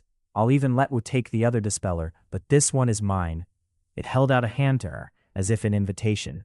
Camerail, this one is valuable to you and a threat to me. She'll come willingly or I'll kill you both and drag her. You know me, Vamius. You know I'm stronger. Camerail's smug smile as he beckoned made her feel colder than the biting night air. Your choice, of course, Ms. Alvar. No harm comes to either of them. They can get themselves to safety. You guarantee that, and I'll be a lamb and follow along for now. Camerail, is it? You have my word. Amy, listen very carefully. Take Vamius into the library. I want her to speak with my roommate. Are you? Fucking do it, child of breath. Don't argue with me, Vamius. Do this for me. Move. Verena stood still as they hesitantly moved away toward the library. You know I keep my word. Forgive me if I want to wait until they get inside. Of course, forgive me if I require you to leave your coat. Dispellers sometimes have unpleasant tricks up their sleeves. Oh, I promise if I had any unpleasant tricks for you at the moment, I'd have pulled them out the minute you spread your wings. She eyed him with annoyance as she took off her coat. I didn't think you disliked me as much as you dislike Ezeviel. He tilted his head slightly, feigning surprise and hurt. Giving a non-committal shrug, she offered glibly. If I disliked you as much as I dislike Ezeviel, there'd be a lot more cursing and a lot less civility happening right now. But I was taught it's rude to spread your wings on someone in the street. He laughed quietly and folded his wings. They're inside the door. Come along, little lamb. He held out his hand again, and Verena stepped forward to take it against her better judgment. Tell me, have you been continuing your book on the newly fallen? His hand sent warmth, or at least the illusion of it, up her arm. She wasn't sure which. Yeah, it's amazing how much nicer it is to write when you get fed regularly and you don't have to worry about being stalked. Would you consider writing one for us? Camerail ushered her into a waiting car. You seem to know them by name at least as well as I do. Why would you need a book? I'm more interested in who is guiding them to change their methods. Seducing a dispeller is difficult and not something they've shown interest in before. Aha, I hadn't realized I'd been seduced, but you look like one of the masters of the craft, so I'll take your word. Aren't I a little below your pay grade? Verena smiled brightly at him. Are you trying to flatter me into talking about myself, or clumsily avoid my questions? His brown-flecked black eyes reflected light almost like a cat's for a moment in the dimness of the car. I'm offended you think I wouldn't try both at once. She kept her tone light. I'm offended you're not doing a better job of it. The demon's lip curved disturbingly. You're sharper than you've let us believe. You played the fool just enough to stay below notice. But little lamb, you tilted the board a hair too far. Time to play the fool again. She tried to find a calm, apologetic tone. I wasn't trying to tilt the board. The newly fallen learn quickly if I talk them around to changing their methods. The demon's hand wrapped around her throat before she realized he was moving. Don't test me, Ms. Alvar. They don't change their minds or ways that quickly. Which of them are you protecting? Camerail loosened his grip enough for her to speak. All of them. She didn't flinch away from his gemstone gaze. Do you know why dispellers are always so careful to remain neutral? He released her and sat back. I do. And if you're going to punish them for my taking the third side in this mess, then maybe they should reconsider neutrality. In the dimness, it looked like his face rippled. We do change that quickly, and humans are fun. If you punish us for something we haven't done, we'll fucking well do it. There is no third side. There is the overarch, and there is us. We were the first to question, and the first to attempt to care for you. That should garner us some loyalty. If you had continued to care, it might have. And you're wrong. There is a third side. My side. I don't want any of you mucking around with us, but I'll take the help that's offered, and the newly fallen are good people. If they'd help put the boot to angels, I'd have no further use for demons. Verena held his gaze as she spoke, putting all of her anger and conviction into the words. Her fingernails slowly scratched the complicated symbol into the skin of her hand. It would be temporary, and it might not even work, but it made her feel better. That was the principle the dispellers were founded on. Who first told you the newly fallen weren't dangerous? They are dangerous if you're trying to move them along. But, unlike demons and angels, they spend their time outside of that, helping, feeding the hungry, tending the sick, something we've tried to eradicate. For-profit hospitals and restrictions on where, when, and how their pet projects could be taken on and completed. He blinked slowly. Did you think I wouldn't notice you making that symbol? It tends to attract attention. How does it not surprise me that our corporate overlords are demons? Have your hands in the dispeller's pie too? Verena made the last line not looking down. I've always loved that term, corporate overlords. Do you feel safer? The way he smiled made her feel like she was on very thin ice. Not really, but if I started the incantation, I doubt you'd be polite enough to let me finish. No demon would. The tip of his tongue appeared between his lips for a moment. In your records, do you still have the name of the fallen who tried to bargain with us? If we do, it's somewhere not even I can look at it. I wasn't aware any of the fallen would do something so stupid. It wasn't stupid, it was clever. Camrail adjusted himself in the seat, getting comfortable. Keep your friends close and your enemies closer. It wasn't much different from what you do.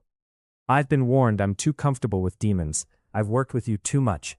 Verena scratched behind her ear and rubbed her neck. I'm a little bit fond of a few of you.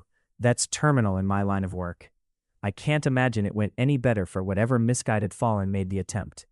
True. He looked at her with speculative amusement before glancing down at a phone he pulled from his pocket. Have you met Samadio? Verena snorted. I dispelled her once. Didn't even need help to do it. Either she wasn't terribly interested in doing her job, or you should consider replacing her with a pretty doorstop. I would imagine she viewed it as beneath her. Her job shouldn't bring her in contact with you. She's an organizer. Yeah, I got that. Not all of them are weak sisters, though. Ezenok, I'd call for help walking in the door if I saw that one. I worked with him twice, and he's sharp. He seemed to think highly of you as well. The best of the dispellers. He even called you useful in the notes he sent. High praise. She inclined her head. Why are you asking about Samadio? She's going to be helping you get ready, and we're almost there. Laughing nervously, Verena shook her head. Ready for what? You can't go into an exclusive club looking like that. Camrael gestured at her clothes. I took the liberty of choosing a dress for you. I don't do dresses. She hadn't intended to sound quite as nervous as she did, and it made the demon give a genuine laugh. So much bravado, and it fades when you're faced with a pretty dress? I should keep you as a pet and bring you out every night. The viciousness of his smile made the hair on her arms rise. You are the first person that's ever made me want to be polite to Ezeviel. I might even be cordial to the son of a bitch if he'd put that sword through you. The human face slipped, and the mottled gray of the demon's true face showed through. The lips folded back on the teeth. Child of breath, that isn't very polite. If it had been the first time she'd seen that, it might have had the effect he was looking for. Instead, it was like cold water, and it helped to pull her back to a working frame of mind. If you want polite, you don't threaten to keep me as a pet and parade me around in dresses. You've seen a demon's face before? He leaned toward her. I went drinking with Savmon, snake's blood and vodka shots. I might have even kissed him. She put her hands up in a gesture of uncertainty.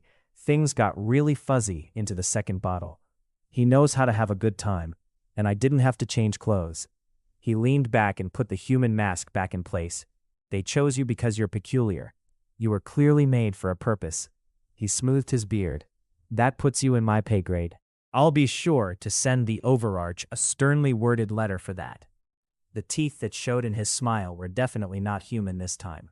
Vincent watched on the outside security cameras as Verena wheeled the card out of his view. And then came the explosion. Amy was moving toward something with the coat, and she looked angry. That could only be a good sign. When she came back into view, she was dragging Verena by the arm. Yes, she's got a friend. Verena was holding on to a homeless woman's hand. They passed through the camera's view again before the homeless woman and Amy came running back to the library doors. Master Beale, Amy is bringing... The alarms at the doors blared. Watching on the screens, the homeless woman stood patiently near the doors, not trying to go farther. Amy glared at her before shouting up to the cameras.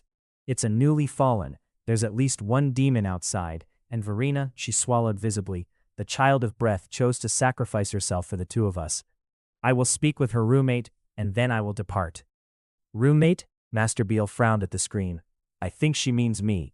We joked I spent so much time with her. Vincent looked at Master Beale nervously. She said they were friendly. Pressing a button, Master Beale spoke to the pair. Come into the side hall, both of you. Part of the wall came open, and Amy ushered the fallen into it. Go see what it needs to say to you. The side hall was well protected. If the newly fallen made a move to harm him, Vincent knew it would be dispelled immediately. He tried to keep from shaking as he entered the confined space. It looked at him with eyes like smoky quartz and smiled. You have a kind face. I can see why she would share her space with you. Are you Vanius, the one with the book? She said you'd be at home here. The feeling of fear faded as its eyes lit up. I am. She and I both prefer libraries to most other places. Why does she want you to speak to me? Why didn't she come back with the two of you? Camrael was waiting. He's been hunting for her since he met her, and she escaped him. Whatever he wants from her, the fallen hesitated. He rarely fails. She said he looked top shelf. I think she was afraid of him. She didn't seem afraid, Amy muttered. I heard she was a pro, but... You can tell when she's afraid. She raises her voice. Vanius corrected Amy gently. But she's seen their wings before. Their faces are no better. I think I know why she wanted you to speak to me. Vincent had been listening carefully. She wants you to tell me what you know about him, so that we can find her and dispel him. The fallen studied him. You would require someone stronger than one of us to assist you. She exhaled. Ezeviel wishes to speak with her. He may be persuaded to come or to send Elisiel, but she would have to agree to be civil. I might be able to help with that. Vincent nodded. Does it have to be Ezeviel? Vamius smiled ruefully. It does. She was adamant she wouldn't speak with him. Are you certain you could persuade her? Tell her it's the price for you helping us with the information on Camrael. If you tell her I agreed to it on her behalf, she'll do it. Whether she'll ever speak to me again is another matter. Vincent found himself returning the fallen's rueful smile. For that price, I'll tell you all I know of Camerail. The door in the wall opened, and Master Beale stepped in. You can stay in Verina's room until it's finished. She said the newly fallen require food and water like a human. We'll provide all you require. There will be wards ensuring our safety in your presence, of course, and you may not go anywhere but your room and the writing room. I thank you. I hope you'll be as kind and considerate as she claimed. It's easy to be kind and considerate to those who are respectful. If anyone is disrespectful, have the matter brought to me. Master Beale inclined his head. Vincent, I put her in your care. All she needs is your responsibility. Yes, Master Beale. Master? Vamius inquired curiously. Not uncle? Librarians are more traditional in that respect, Master Beale answered, ushering her out and through the temporarily disabled security. Do you need food or facilities, or can we put you in the writing room immediately? I can write for a time, Vamius conceded. You won't be the one doing the writing. You are fucking kidding me. Verina crossed her arms, already feeling naked just looking at the dress she was expected to put on. Came has lovely taste. The demoness smirk suggested that she was enjoying herself. I'm not wearing that. You will. You're expected, and the homeless don't get in the door here. Samatiel's eyes were an opaque gold brown, and they flashed with amusement. I won't. That, Verina gestured at the dress, that's not happening. The demoness attempted to spread her dark brown, nearly black wings intimidatingly, and Verina launched into one of the stronger dispelling incantations she'd memorized. Dodging as Samatiel incredulously tried to interrupt her, and not stumbling over the words. The door opened and Camerail peered in with vicious amusement as Samatiel vanished from the room. That was rude, child of breath. You put me in a room with a weak sister who spread her wings at me trying to be intimidating. She's lucky I don't have my bag, Verina snapped. And I am not wearing that. Your armor isn't a secret anymore. Why are you being so modest? He opened the door entirely and leaned in the frame. The dark, tailored suit he was wearing couldn't be mistaken for anything someone would wear to an office. I don't like being stared at, and I definitely won't like being stared at wearing half of a sparkly hand towel. It's a very expensive dress. Camerail looked amused. I'm sure it is. You get less food the more you pay for it, too. I didn't expect you to have more money than sense. She eyed the smiling demon warily. If I let you use your armor, would you still have the same objections? I would, but I might trade the discomfort for the security. Verina narrowed her eyes. He drew a silver pen from a pocket she hadn't realized was there and tossed it to her. Do what you need to do and dress. They wanted a good look at her armor. That's why the dress was so skimpy, and that's why she was being allowed to have a pen and speak the incantation. She took a deep breath. The lines had felt like they were burning under her skin. This wasn't a party trick to pull out, except in case of emergency. Picking up the dress, she moved to the bathroom and checked the mirror for two-way glass and the vents for cameras. No windows, and the vents were tiny. Verina traced the symbol on her hand. He'd feel that. If she was doing what he expected, would he wait in the doorway, or would he wander off for a minute was the next question. If she was left alone, she could use the pen to try to summon help. Don't even think about it. His voice was on the other side of the door. Bag of dicks, she muttered under her breath. The symbol might keep her safe enough for now. With it in place, she could call up the armor if she was given a chance, and considering they wanted to see it, they probably would. It might not be enough to let her walk out the front door unscathed, but if she could keep the pen to mark the floor, she could call for help. Verina changed clothes reluctantly. The dress was as small as it looked. If she tried to pull the skirt down to cover more leg, the back came low enough to show the top of her ass crack. The front was cut almost to her navel, hanging loosely from spaghetti straps, and the silver material looked just this side of sheer. The underwear barely covered anything either, but they were better than nothing. The way the thin straps sat so low across her hips made her feel like they were falling off. Folding her clothes, Verina came out feeling ready for a fight. I told you so.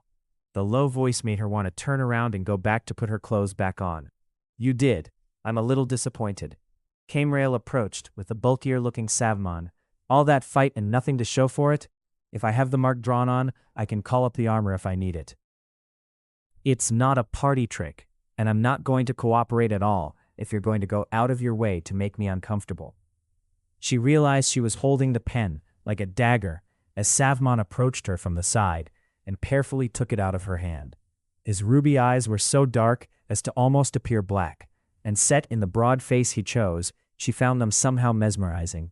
It took effort to look away. "She likes my eyes," Savmon offered dryly. "What was it she said? Pretty screams danger?" Camrail eyed her speculatively. "We'll do things your way, Savmon." Savmon brought her a long light jacket, black on black, in an embellished military style. "It's borrowed, but it should fit." Verena pulled it on before he could change his mind, buttoning it all the way and smoothing it. It was snug but fit well enough. "Thanks. It would probably fit better if they hadn't fed me so well the last 3 months. I didn't want to mention how you've filled out." Savmon's careful words drew a laugh despite herself. Letting Savmon escort her out with Camrail trailing behind, she inquired cordially, "What have you been up to? My job and you?" The slight curve of his lip as he glanced at her said she was going to have to work for information. "Writing, shelving books, that sort of thing. You didn't happen to try to blow up the library, did you? Why would you suggest that?" His eyes shimmered faintly. "Because if anyone can come up with 2 options for repayment and make blowing up the library look like the best one, it would be you. You have a knack for giving really awful jobs. You never complain." He'd straighten proudly. "Of course not. I know the value of your time." Barking a laugh, he gave her a grin with entirely too many teeth. "Flatterer. Only a little." She kept her tone light and playful. "You're one of my favorites to work with, and not just because you smacked Ezeville with that warhammer of yours." He purred at her viciously. "Looking forward to being skull-fucked and dragged to hell? It's a better option than being kept as a pet by a jackass who thinks Samatale is good for anything but a doorstop." His laughter echoed in the hall and raised the hair on her neck. "I like having you alive, for now. None of the other dispellers are quite as amusing." His hand rested on the small of her back as he propelled her out into a loud room full of people and demons. Glancing around, she had trouble recognizing eyes in the dimness. The colorful flickering lights didn't help. A few of the wings were distinctive enough that she thought she knew a handful of them. So many in one place shouldn't have been possible without someone knowing about it. What they'd do about it, though, it would take an army of dispellers, and they'd need to be backed by angels most likely. That's not something that would happen. She sat at the table Savmon pushed her toward, sliding in grudgingly as Camrail joined them. Being caught between the 2 demons was annoying. Even if the opportunity to slip out arose, she'd be unable to take advantage of it. Leaning slightly toward Camrail, she inquired, "So why am I here?" "To be seen in our company." He leaned in as well. "I'd hoped it would be a pleasant evening for all involved. Drinks, music," gesturing around them with a shrug. "Who's supposed to be seeing me?" Verena jerked upright as Savmon laid a hand on her thigh and squeezed. "Drink with me." A platter of reddish shots was brought to the table. "What is it?" She looked at one carefully and smelled it. It didn't smell like liquors that should have been mixed together. Mint, cinnamon, and licorice leapt out at her. "They call it 5 deadly venoms here." Savmon drank his as if it were water. Downing her shot, she sucked air in through her teeth and shuddered. "It does taste like it should kill you." Her hand, she noticed, no longer had the pen marks. It must be some sort of invisible ink. Did that stuff vanish completely, or could you bring it back out with something? She tried to think. "Notice the ink?" Camrail was leaning too close to her ear. "I couldn't let you save that trick to use when it would benefit you, could I?" He placed another shot in front of her and drank one himself. "So the plan is to get me plastered? Why?"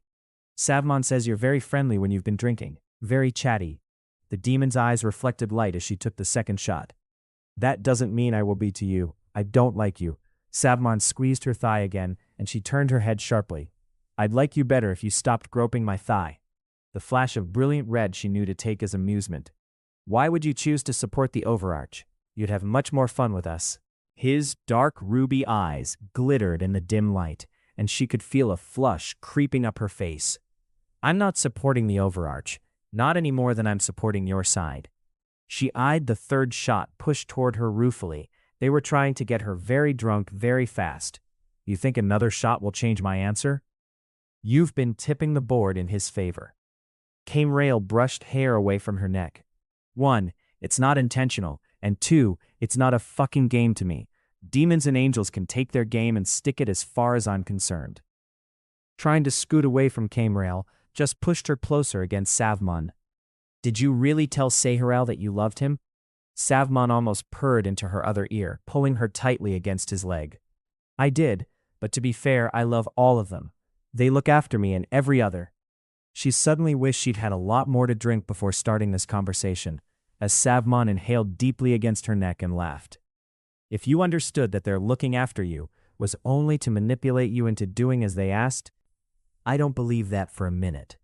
The thought of calling for help was pulsing in her mind like her heartbeat in her ears. Drink. Her hand shook slightly as she reached for the third shot. Being drunk would definitely make this situation more bearable. You mentioned being taught that spreading wings is rude? Camrail was looking cheerful. Who told you that? My uncle. If they spread on you, that's their way of saying fuck you and the horse you rode in on. Don't hesitate to knock them down if you can, 'cause they're coming for you. Verena watched his eyebrows rise. Uncle was good at his job. I did my best to learn. She almost squeaked as Savmon rubbed his mouth against the place her neck met her shoulder. You should have paid attention when he said to be wary of demons and gray angels. If I live through this, I will absolutely be more wary of demons. She took a fourth shot without being prompted. The newly fallen are good people, and if we can show you otherwise, Kame's smile was evil. That would give me something to think about. If there had been a fifth shot, she'd have taken it. Another round. Savmon released her, raising a hand to flag down a barback. She tried to move away from him and Camrail moved a little closer. Come sit with me. I would prefer not to. The drinks arrived promptly, more of the same. You're sure? Vincent was in the writing room early, summoned by Master Bile. There were pictures. They said she was at a table with two demons drinking and being very friendly. The speculation was that she had somehow arranged the bombs to escape the library. Can I see them? It took a little time and whoever sent them didn't seem to send the best quality images. But Vincent felt a moment's relief when he finally saw the pictures. Look at the way she's holding herself.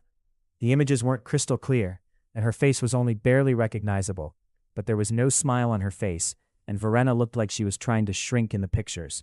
One of the demons had a hand on her thigh in one picture and she was drinking like it held some sort of escape. They said she seemed to be having a good time. Master Bile looked at the pictures carefully. You've seen her have a good time. She was all smiles and octopus arms. Vincent shook his head. She looks like she's being threatened, and she's trying not to touch them. They're touching her. She's caught between the two. Why was she drinking? She'd need to keep a clear head. Maybe they're making her. Vincent frowned at the slightly indistinct pictures. Vamius might see something in the picture we don't. Can we ask her? Bring her. Vincent walked as quickly as he could to Verena's room and knocked. Vamius? The door opened and the unsettling eyes looked out at him. We need you to look at some pictures and help us understand what's going on. Is it true? Riley came slowly down the hall.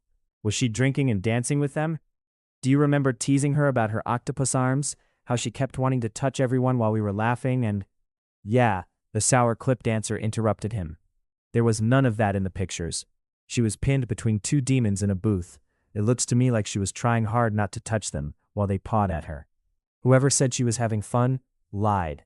The door opened completely, and Vamius came out still pulling on her shirt. Show me. Looking at the pictures again with Vamius was like looking at them through new eyes. She pointed out other demons in the pictures, demons that weren't mentioned. The fallen looked anguished at the pictures of Verena drinking shot after shot. Why would she do that? She should be trying to keep a clear head. Master Bile asked his question again. Poison. Vamius looked at the pictures and reached out her hand helplessly. I think she's trying to poison herself. No one drinks like that for fun, Riley murmured in agreement. They wouldn't let her die from it. She'd just make herself sick. Master Bile scowled at the pictures as if she should be able to feel his disapproval. Do they pay that close attention to humans? Vincent felt sick to his stomach. If she passed out on her back, they'll pay attention to her. Vamius sank into a chair. She's valuable. I doubt it. She knows a lot, but that's all information they already have. Riley glanced at the fallen. You're mistaken. They were surprised at her armor. We all thought that skill was lost. We would all love to know about your records and the size and number of your libraries. Where you draw your apprentices from. That she also knows more than she should about us, about the ways we've changed. They will keep her alive.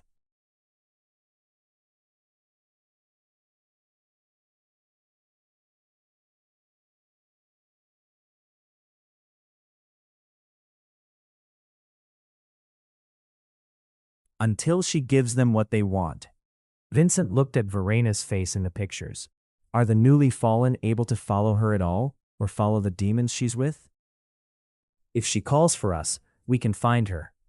Otherwise, she's on her own? Vincent leaned, rubbing his eyes. When can we have the grimoire ready? I want to be ready to send people when she finds a way to call. It'll have to be tested before any of the dispellers can even look at it. Riley put a hand on his shoulder. You know the rules. If she calls for us and can aid us, we may not need another dispeller. She learns quickly. Vamius sounded tentative. Do you need to get a message to anyone? We'll have one of the dispellers deliver it if you do. Go have breakfast with the others. I need to speak with the office. Master Bile dismissed them all grimly. To say Verena woke up would be putting too kind a spin on it. She slid from blackness into pain, curling into a ball and dry heaving when she tried to open her eyes. You don't hold your liquor as well as you used to, but you still kiss as sweetly. The purred words made every muscle in her body clench. I was disappointed she didn't give me any kisses. Holding her head, she groaned. She'd been shooting for alcohol poisoning, but she must have missed her mark. If you offer to ease her pain, perhaps she will? A hand caressed her shoulder. If it were in my, Savmon hesitated, skill set, I would consider it. Her kisses would taste of vomit, and she seemed much fonder of you. The voice was mocking and she had to try to remember its name. Camrail. I enjoy this one. When you're finished with your task, give her to me. I haven't kept a pet for centuries. How did I never know you were vain about your eyes, Savmon? Camrail imitated a woman's voice. Such beautiful ruby eyes, the king of gems. I get lost in them. He affected a sigh. Savmon laughed unpleasantly. It's a matter of who says it and how much awe is in their tone. His hand lifted from her shoulder, and it sounded as if they left the room. The door that closed sounded heavy and metallic. Weakly, Verena lifted her head and tried to see where she was, some kind of cell. A movement made her turn her head, and in a corner of the room, across from the wooden shelf she was on, was a gaunt figure, curled and staring at her, as if she were going to harm it. She let her head drop as gently as she could, and tried to summon some saliva to allow her to speak. Her mouth felt like a vomit-flecked desert. I'm Verena. I won't hurt you. Her own voice was unbearably loud in her ears, making her head throb worse. Her body felt as if she'd been beaten with sticks and left for dead. They probably let her get just enough alcohol poisoning to make her wish she was dead, not enough to actually do the job. There was silence for a long time, and she wasn't sure if she fell asleep, but she was startled when the door clattered, and then came open. Camrail brought in a bowl and a bucket and put them on the floor by her head. You can drink the water or wash in it. If you can behave, I may allow you out for our discussions, child of breath.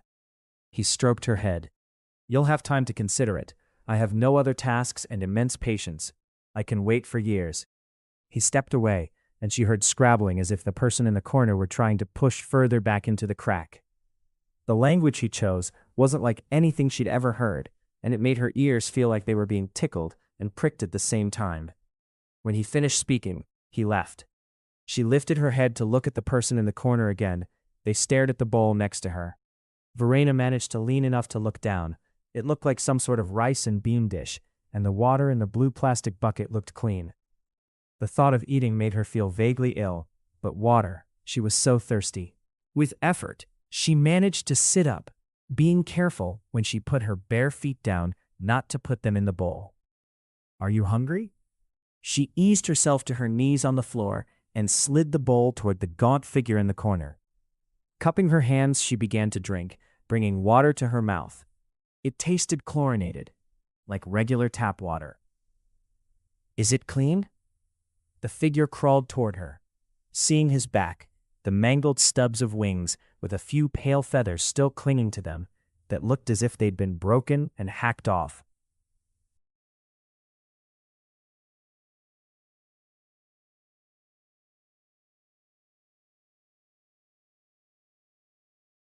Staring into the bucket, she took a deep breath before she answered.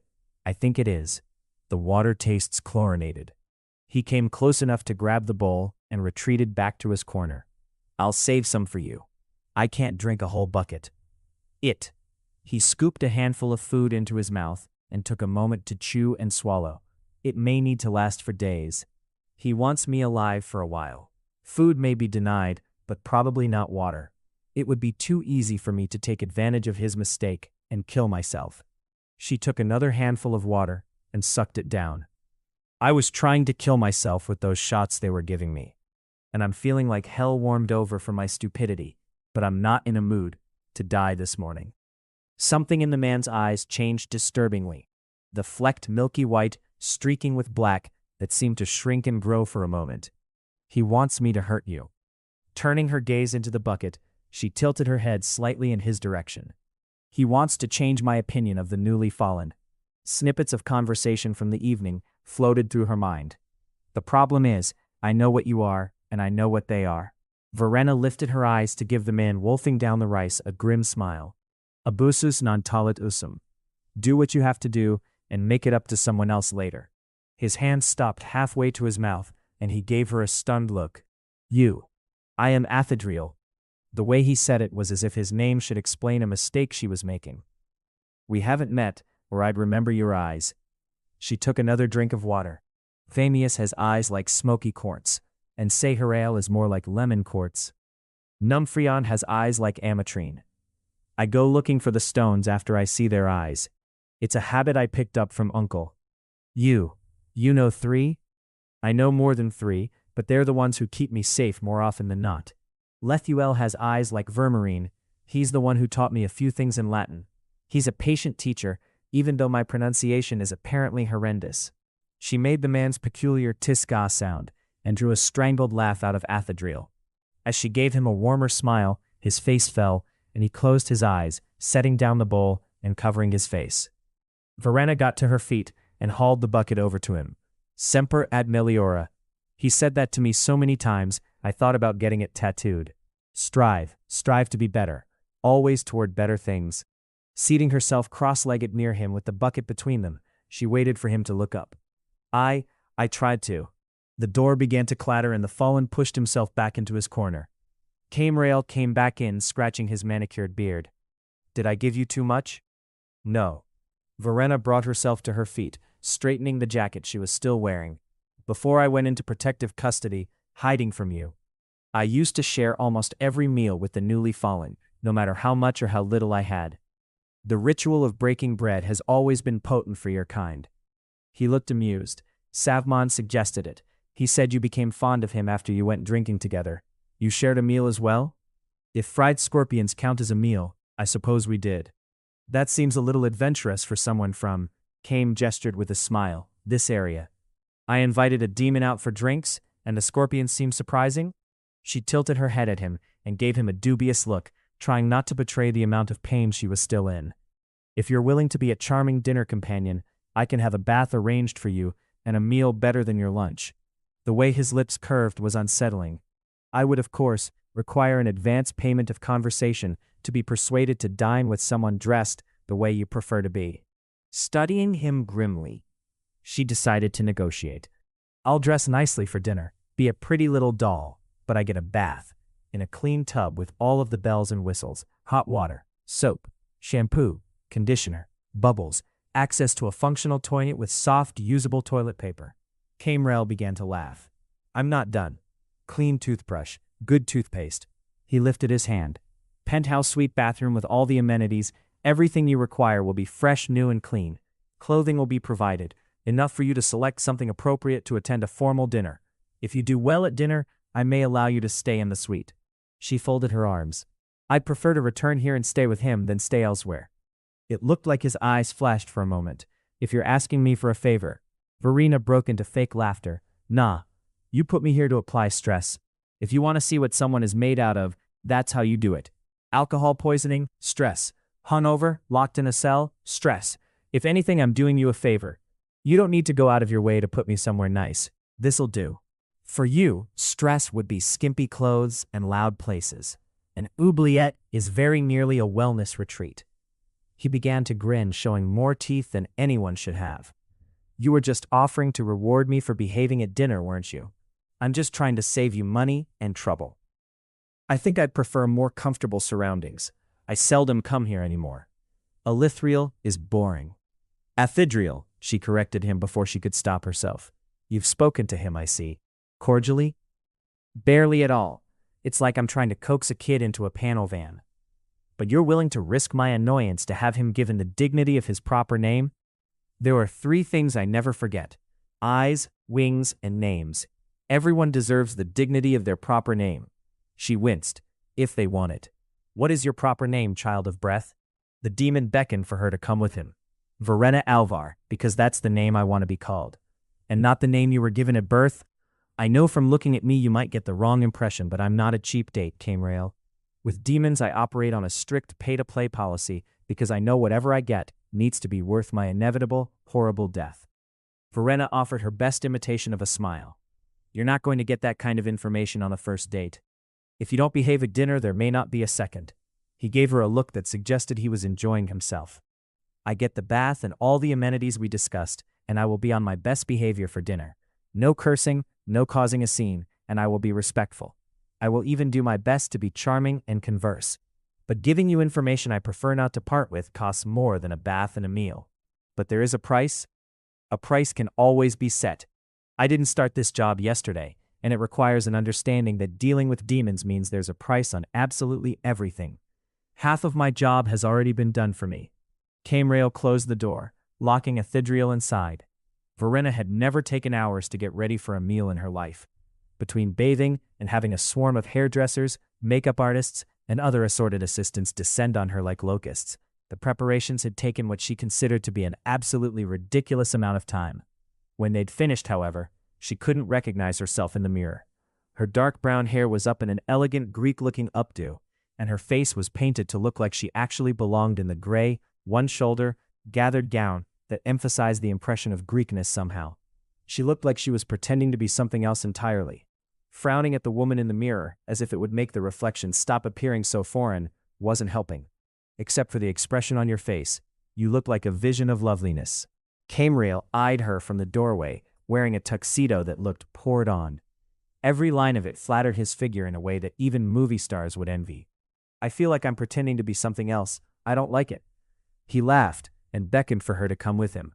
You prefer to appear plain, modest, and unassuming. He carefully draped a black pashmina with a delicate Greek pattern and faint silver thread across her shoulders in such a way that it looked modest and elegant at once. Threats should announce themselves. As a general rule, I agree with that, but I don't consider myself a threat. Walking in the low but thin, strappy kama heels, as one of the women who dressed her had called them, took more concentration than she expected, and she wobbled slightly on the way to the elevator. Camerail snorted. We don't have to go far. The restaurant is here. You may want to try to look more impressive. As the elevator doors opened, he put on a smirk and stepped forward, ushering her along with a hand on her back. His attention was focused ahead, and she could see why.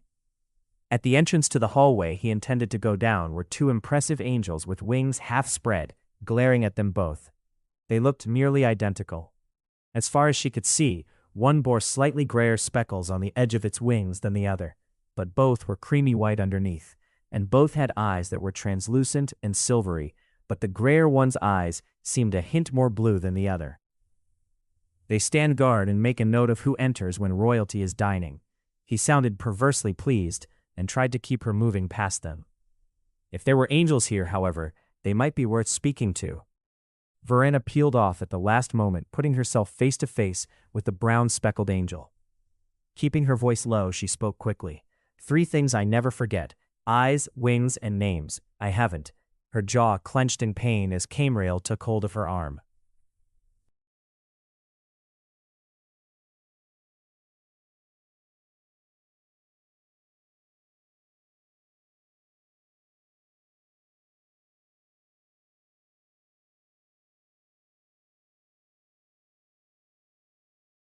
I promised to have dinner and to be polite and charming, not cause a scene or trouble.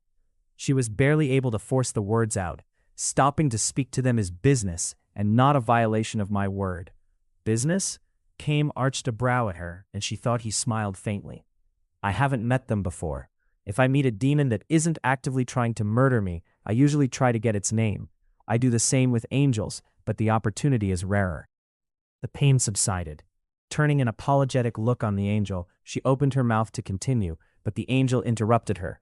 Dispel him. Can't. That wouldn't be polite, and I gave my word. Not to mention I'm not permitted to take jobs from either side. They have to come from a human. I'm Verena Alvar. Would you be kind enough to tell me your name? It studied her coldly for a moment. Do you know what you have agreed to? I agreed to have dinner, to be polite, charming if possible, and not to cause a scene or any trouble. Nothing beyond that. If I do well at dinner, whatever that means, I'll be permitted to go back and sit with Athidriel. The angel widened its eyes slightly and then gave a slight tilt of its head. I am Sertaniel. You learned its name. Camriel pulled on her arm unyieldingly, and she inclined her head to Sertaniel. Thank you, I'll remember the name. She kept her head up as she allowed herself to be drawn down the hall. The dining room wasn't what she expected. This was some sort of private dining room decorated in Art Nouveau glass panels and a ceiling made to look like a skylight with frosted glass. Otherwise, the furnishings seemed unremarkable. A large table with a white cloth and mauve chairs. Seated at the table, however, was a collection of demons that made her hesitate to walk in the door. Some of the most powerful demons that she'd met, and several that she hadn't. At the head of the table sat a man who looked elderly, with slightly slumped shoulders and ragged white wings. You stopped in the hall? The older man looked at them with hard white eyes that reminded her of fine white marble. Ms. Alvar felt the need to ask Sertaniel his name. Camriel took a half step away from her. I don't often come across angels that aren't actively trying to murder me. Gathering names is always useful in my line of work. The white-eyed demon smiled almost shyly. I doubt you need to be concerned about their names. You may consider yourself retired. Some professions you don't get to retire from. Marines, priests, hitmen, and dispellers all spring to mind. I'm still alive. I'll keep doing what I do. His smile grew almost mischievous. You intend to dispel someone here? That drew a laugh from her. No. I know a few of these odd gentlemen. I've required help with every one of them, and even if I hadn't promised not to cause trouble over dinner, she caught herself remembering that she'd promised no cursing to, disturb their evening. Sertaniel didn't command you to make the attempt? He looked like a cheerful old man as he gestured to a seat.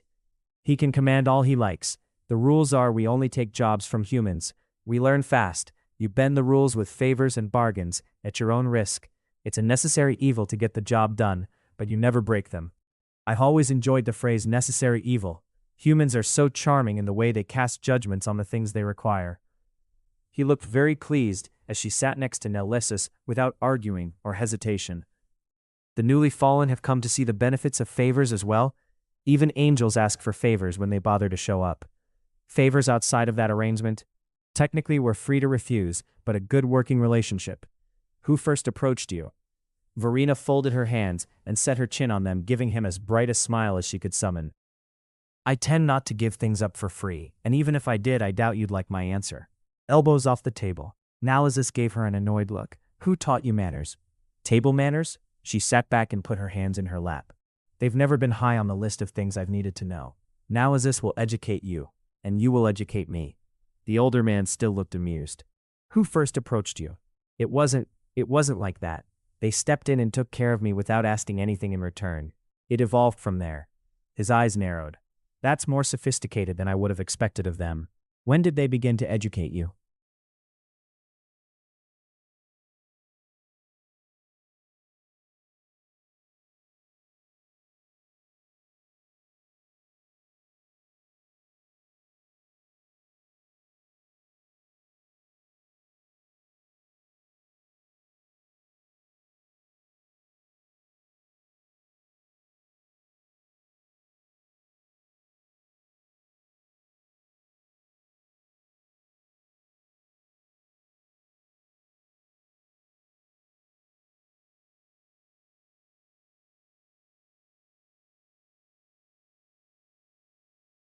After I'd begged and badgered them into it.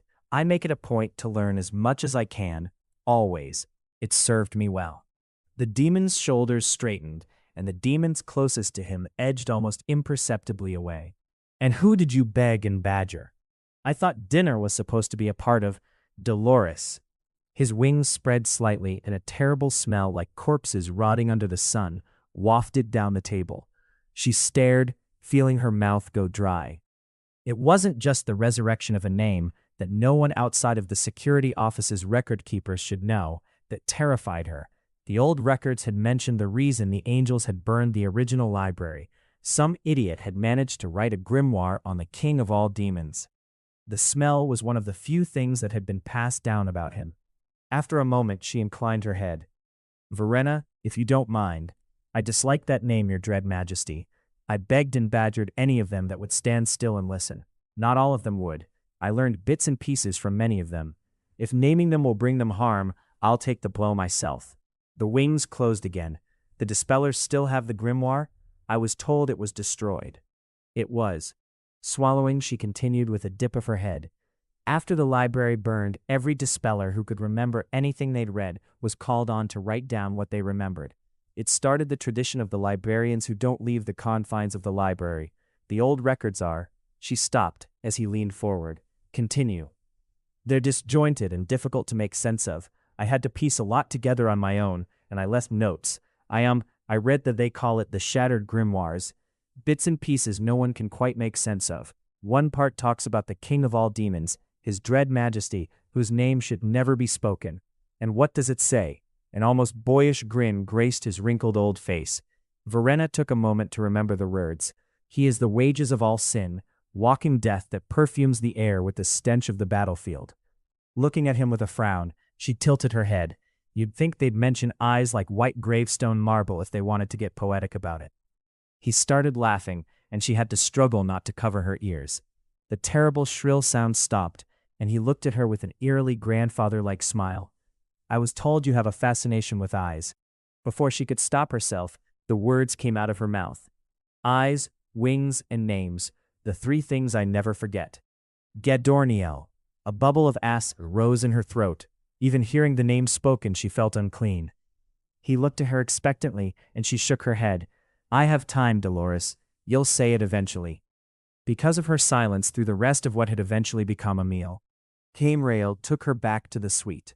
The demon was amused to see something from the windows in the front of the rooms, and while he was distracted, Verena took a cup of water to the bedroom. Very quietly, she wedged a chair beneath the knob. It would do nothing once he caught on, but it was for the look of the thing. She wanted him to think it was a genuine attempt. Writing in plain water wasn't ideal, but it was quieter than blood would have been, and she suspected that the windows had some sort of demonic protection on them to make her choice seem reasonable. She began tracing the symbols on the glass of the window, and once she heard a hand on the knob, she began the incantation. She'd barely gotten enough out to make a few cracks in the glass before she was bounced off of the wall behind her. A little dazed, she got to her feet. It's been an evening, but it's time for me to be going. He advanced on her with wings spread. You're being rude, Dolores. Behind him, something hit the glass hard, and she started moving. The dispelling incantation falling from her mouth without hesitation. Verena woke with a splitting headache and the taste of blood in her mouth. Whatever she was laying on was hard, and when she tried to move, her right arm and both legs protested with an agony that brought tears to her eyes. She stopped trying to move and lay there panting, trying to remember how she got here and where she might be. There was no light whatsoever. A soft, pained voice spoke from nearby. I was told that if I harmed you, I would have light and clean food and water. He lied. That's what they do. You have to get payment up front, or... She groaned in pain as a hand touched her hip. Or have a plan. Plans fail. Yeah, sometimes. The pain began to ease.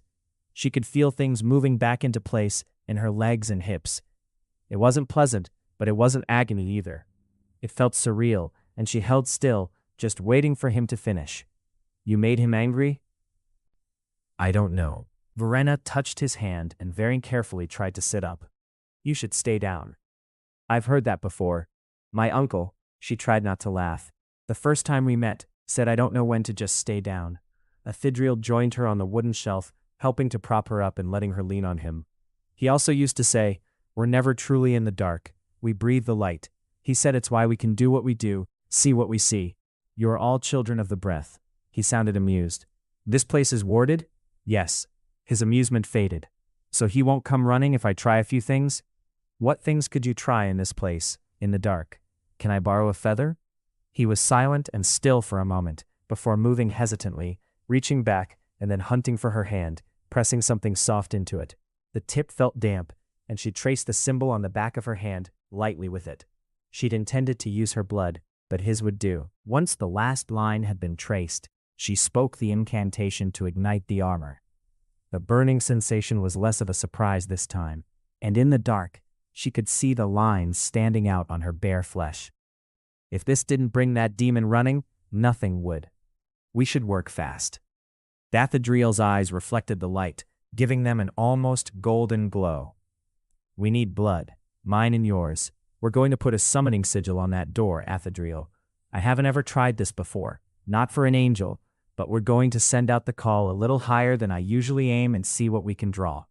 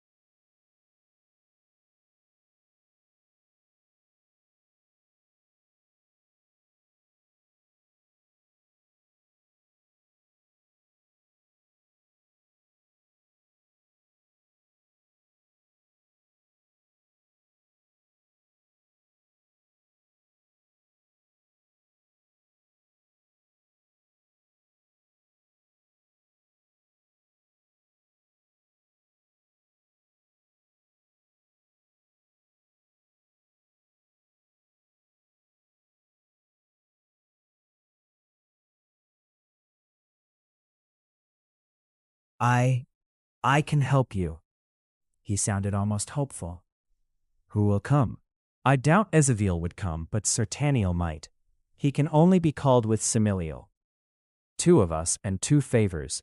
It's symmetrical. We can hope they see it that way. The bowl that had held rice and beans soon held blood, and she began painting the summoning sigils on the door.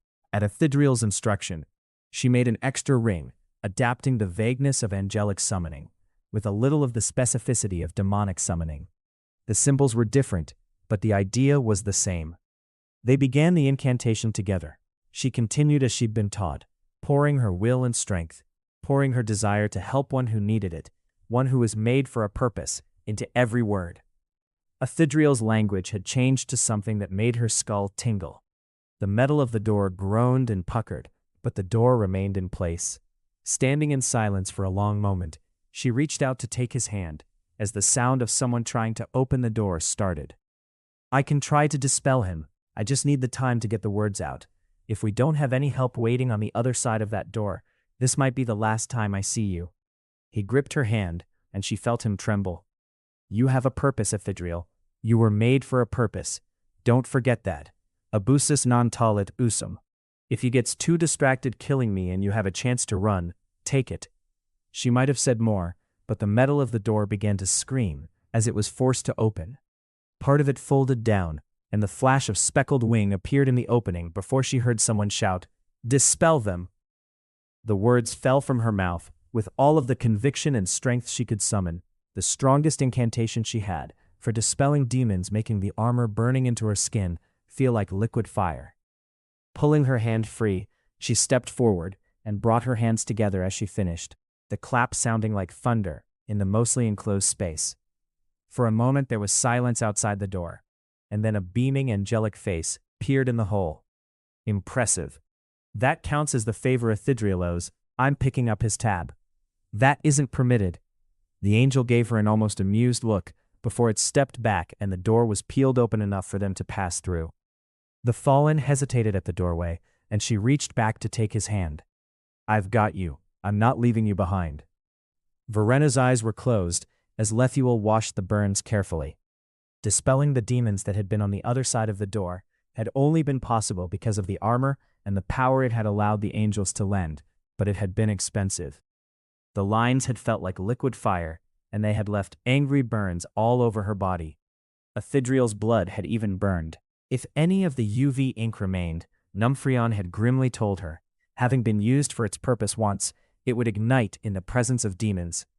She was safe in the space Sarael had found and warded before she was taken, but it was a temporary safety. I need you to turn.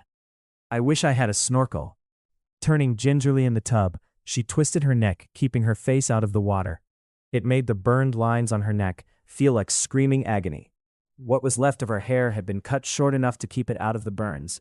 Those crisscrossed her skull and framed her face. Front and back they extended down to the tops of her feet. Will you speak to Ezeviel?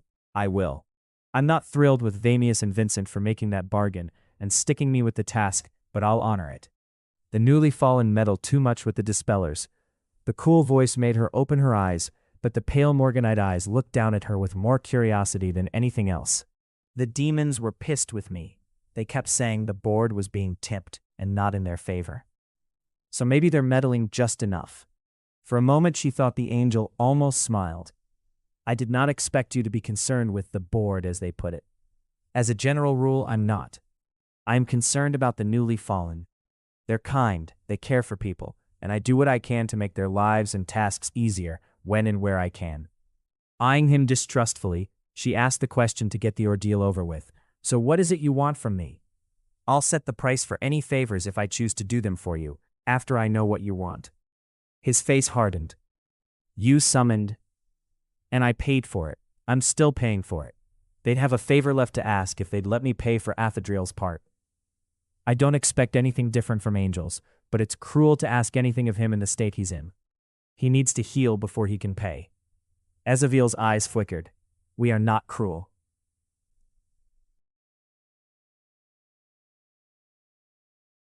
You are. You're as bad as demons. Every man, woman, and child could burn as long as you win your game. I have no illusions. They had their own reasons for coming to help. Like demons, there's a task that needs doing and you need a spare pair of hands to do it. He turned and took a step toward the door. You do not listen, child of breath. I listen, I watch. She closed her eyes. I see more than most expect. There was a moment's silence and Lethuel resumed washing her. When he finished, he helped her to her feet and began to pat her dry. To her surprise, Ezeviel was still there, standing and looking at her with something like speculation. What did you see at the dinner with the demons? She exhaled and gingerly shook her head. I saw something I'd read about, or read pieces about. The angel's wings spread and he looked furious. Put your wings down. Some idiots burned the library once, thinking that dispellers aren't resourceful. Verena met his gaze with a stern scowl of her own. Every dispeller who could remember anything they'd read, wrote it down. In the old records, we have pieces of a whole that take a lot of effort to make sense of. One of these pieces is what we call the Shattered Grimoires. It's a book with unlabeled pieces, demons with no names. At least one of them is deliberately that way. It talks about the king of all demons, his dread majesty, whose name should never be spoken. He is the wages of all sin, walking death that perfumes the air with the stench of the battlefield.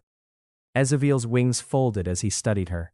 It does not say why his name should never be spoken. No, but having heard it, I'm almost certain I'd rather eat glass than speak it. I couldn't tell you why, but Uncle said dispellers should never ignore feelings like that. To hear his name is a death sentence.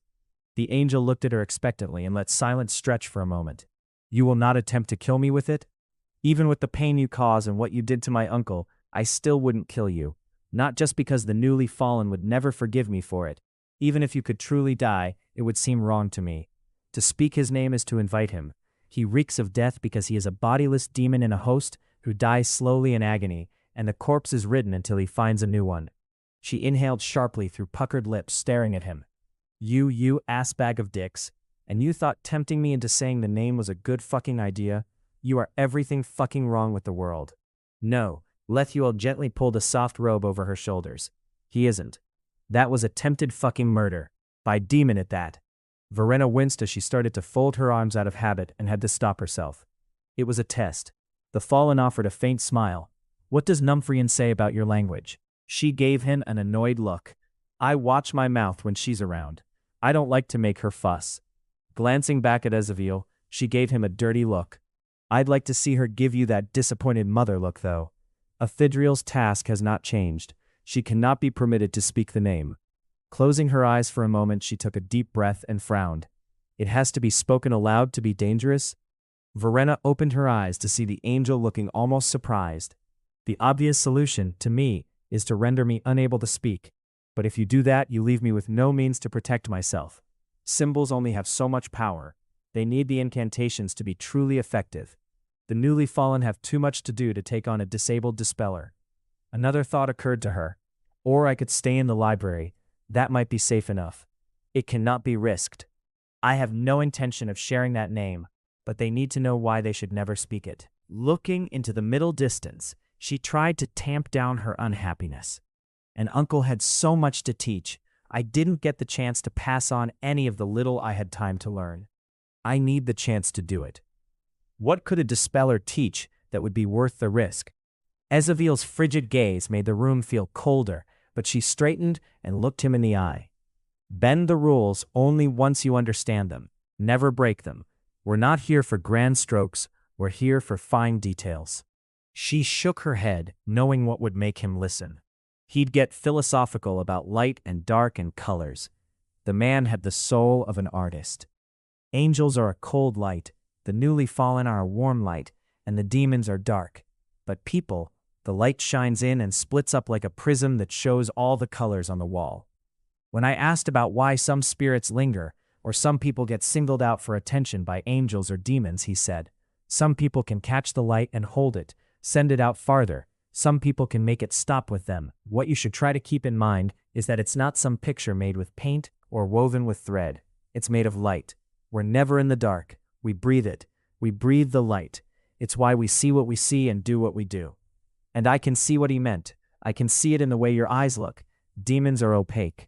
Angels and the newly fallen tend to be translucent for the most part. His head tilted, and then suddenly he blinked. For the most part? When they're miserable, the newly fallen's eyes cloud, but they're never fully opaque. Verena could see gears beginning to shift. Ithidriel's task can be changed. What task had you given him? To hear the name is a death sentence. Ezeviel studied her face as the meaning dawned on her. You asked him to kill me, and you can stand there and tell me with a straight fucking face that you aren't cruel? Just the thought felt like a knife twisting in her heart. It is necessary. It isn't, and even if it were, it would be no less cruel to give that task to him. She met his gaze firmly. If you had been captured and kept in the dark, tortured and tormented in a hell created just for you, and someone came, reached out their hand, and pulled you back into the light, do you honestly not see the cruelty in being commanded to turn around and cause that person harm? When they handed out souls, consciences, and compassion, you were what? Hiding under a rock? I know demons with a better grasp of simple fucking decency. Athadriel adjusted the ear flaps of her warm hat to cover her a little better, and Verena gave him an amused smile. His creamy wings that turned brown toward the middle and extending to the tips had been healed by Ezeviel, she suspected by way of an apology, twitched as he noticed her expression. You can laugh, but I take my task seriously. You will be well looked after. She poked his arm and lifted her brows as best she could under her hat, but he seemed to understand her expression. I will look after myself as well. He smiled warmly, and his black speckled white eyes cleared and brightened, the black flecks shifting slightly. Monty? A voice called into the stairwell. The closest stone she'd been able to find to his eyes had been Montana moss agate, and he'd taken part of it as a name that the Dispellers could use to call for him in public without raising eyebrows. He took hold of her gloved hand and led her toward the voice. I'm here. They stepped out into the parking deck, and a nervous-looking boy waved them toward the waiting car. An older man was in the driver's seat, eyeing them suspiciously. Climbing in the back with Athadriel, the boy closed the door on them and hopped into the front passenger seat. Where are we taking them, Uncle? To the next drop-off. The older man glanced at Verena in the rear view. Are you cold? You can take off your hat and scarf. She has to stay covered until I was asking her. The man gave Athadriel a distrusting look in the mirror. She cannot speak, and she has not yet learned what you call sign. I am her voice and her caretaker. Why? The boy turned in his seat to stare at them both, and Verena grinned at him. What you might call a long time ago, I did something very foolish, and this child of breath endured a great deal to pull me away from the demon harming me.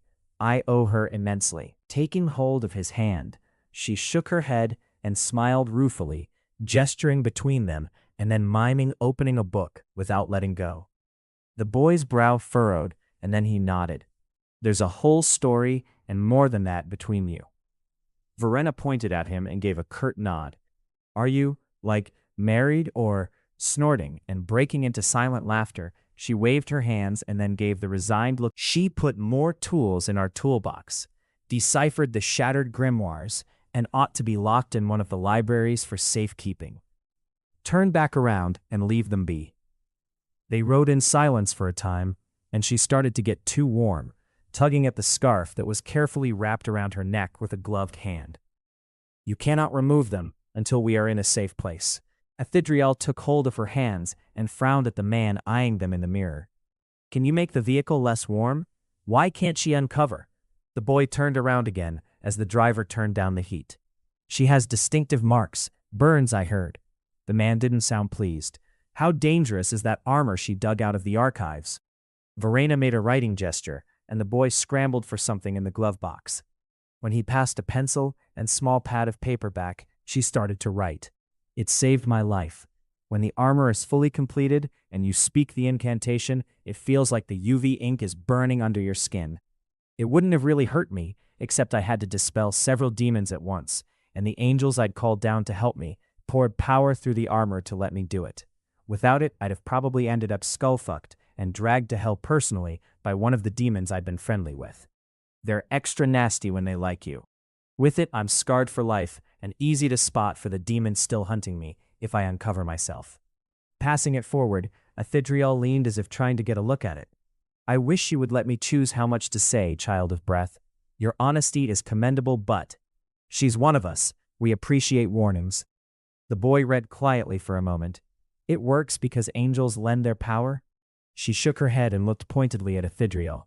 No, angels can amplify the power, but it will leave the wearer with burns. Alone it is effective against a single demon. We were facing many, and they were. As he became nervous, she rubbed his hand. They were strong, but we were stronger. His eyes lightened again as he remembered one of the last things she'd said before he'd rendered her mute. We are always stronger together. Alone we fall. Together we keep our feet and hold the light. Turning to look back at them again with a concerned expression, the boy asked with a frown, Not everyone has a caretaker. Some of us are alone. What about the rest of us? No child of the breath is ever truly in the dark, and things are changing, child of breath.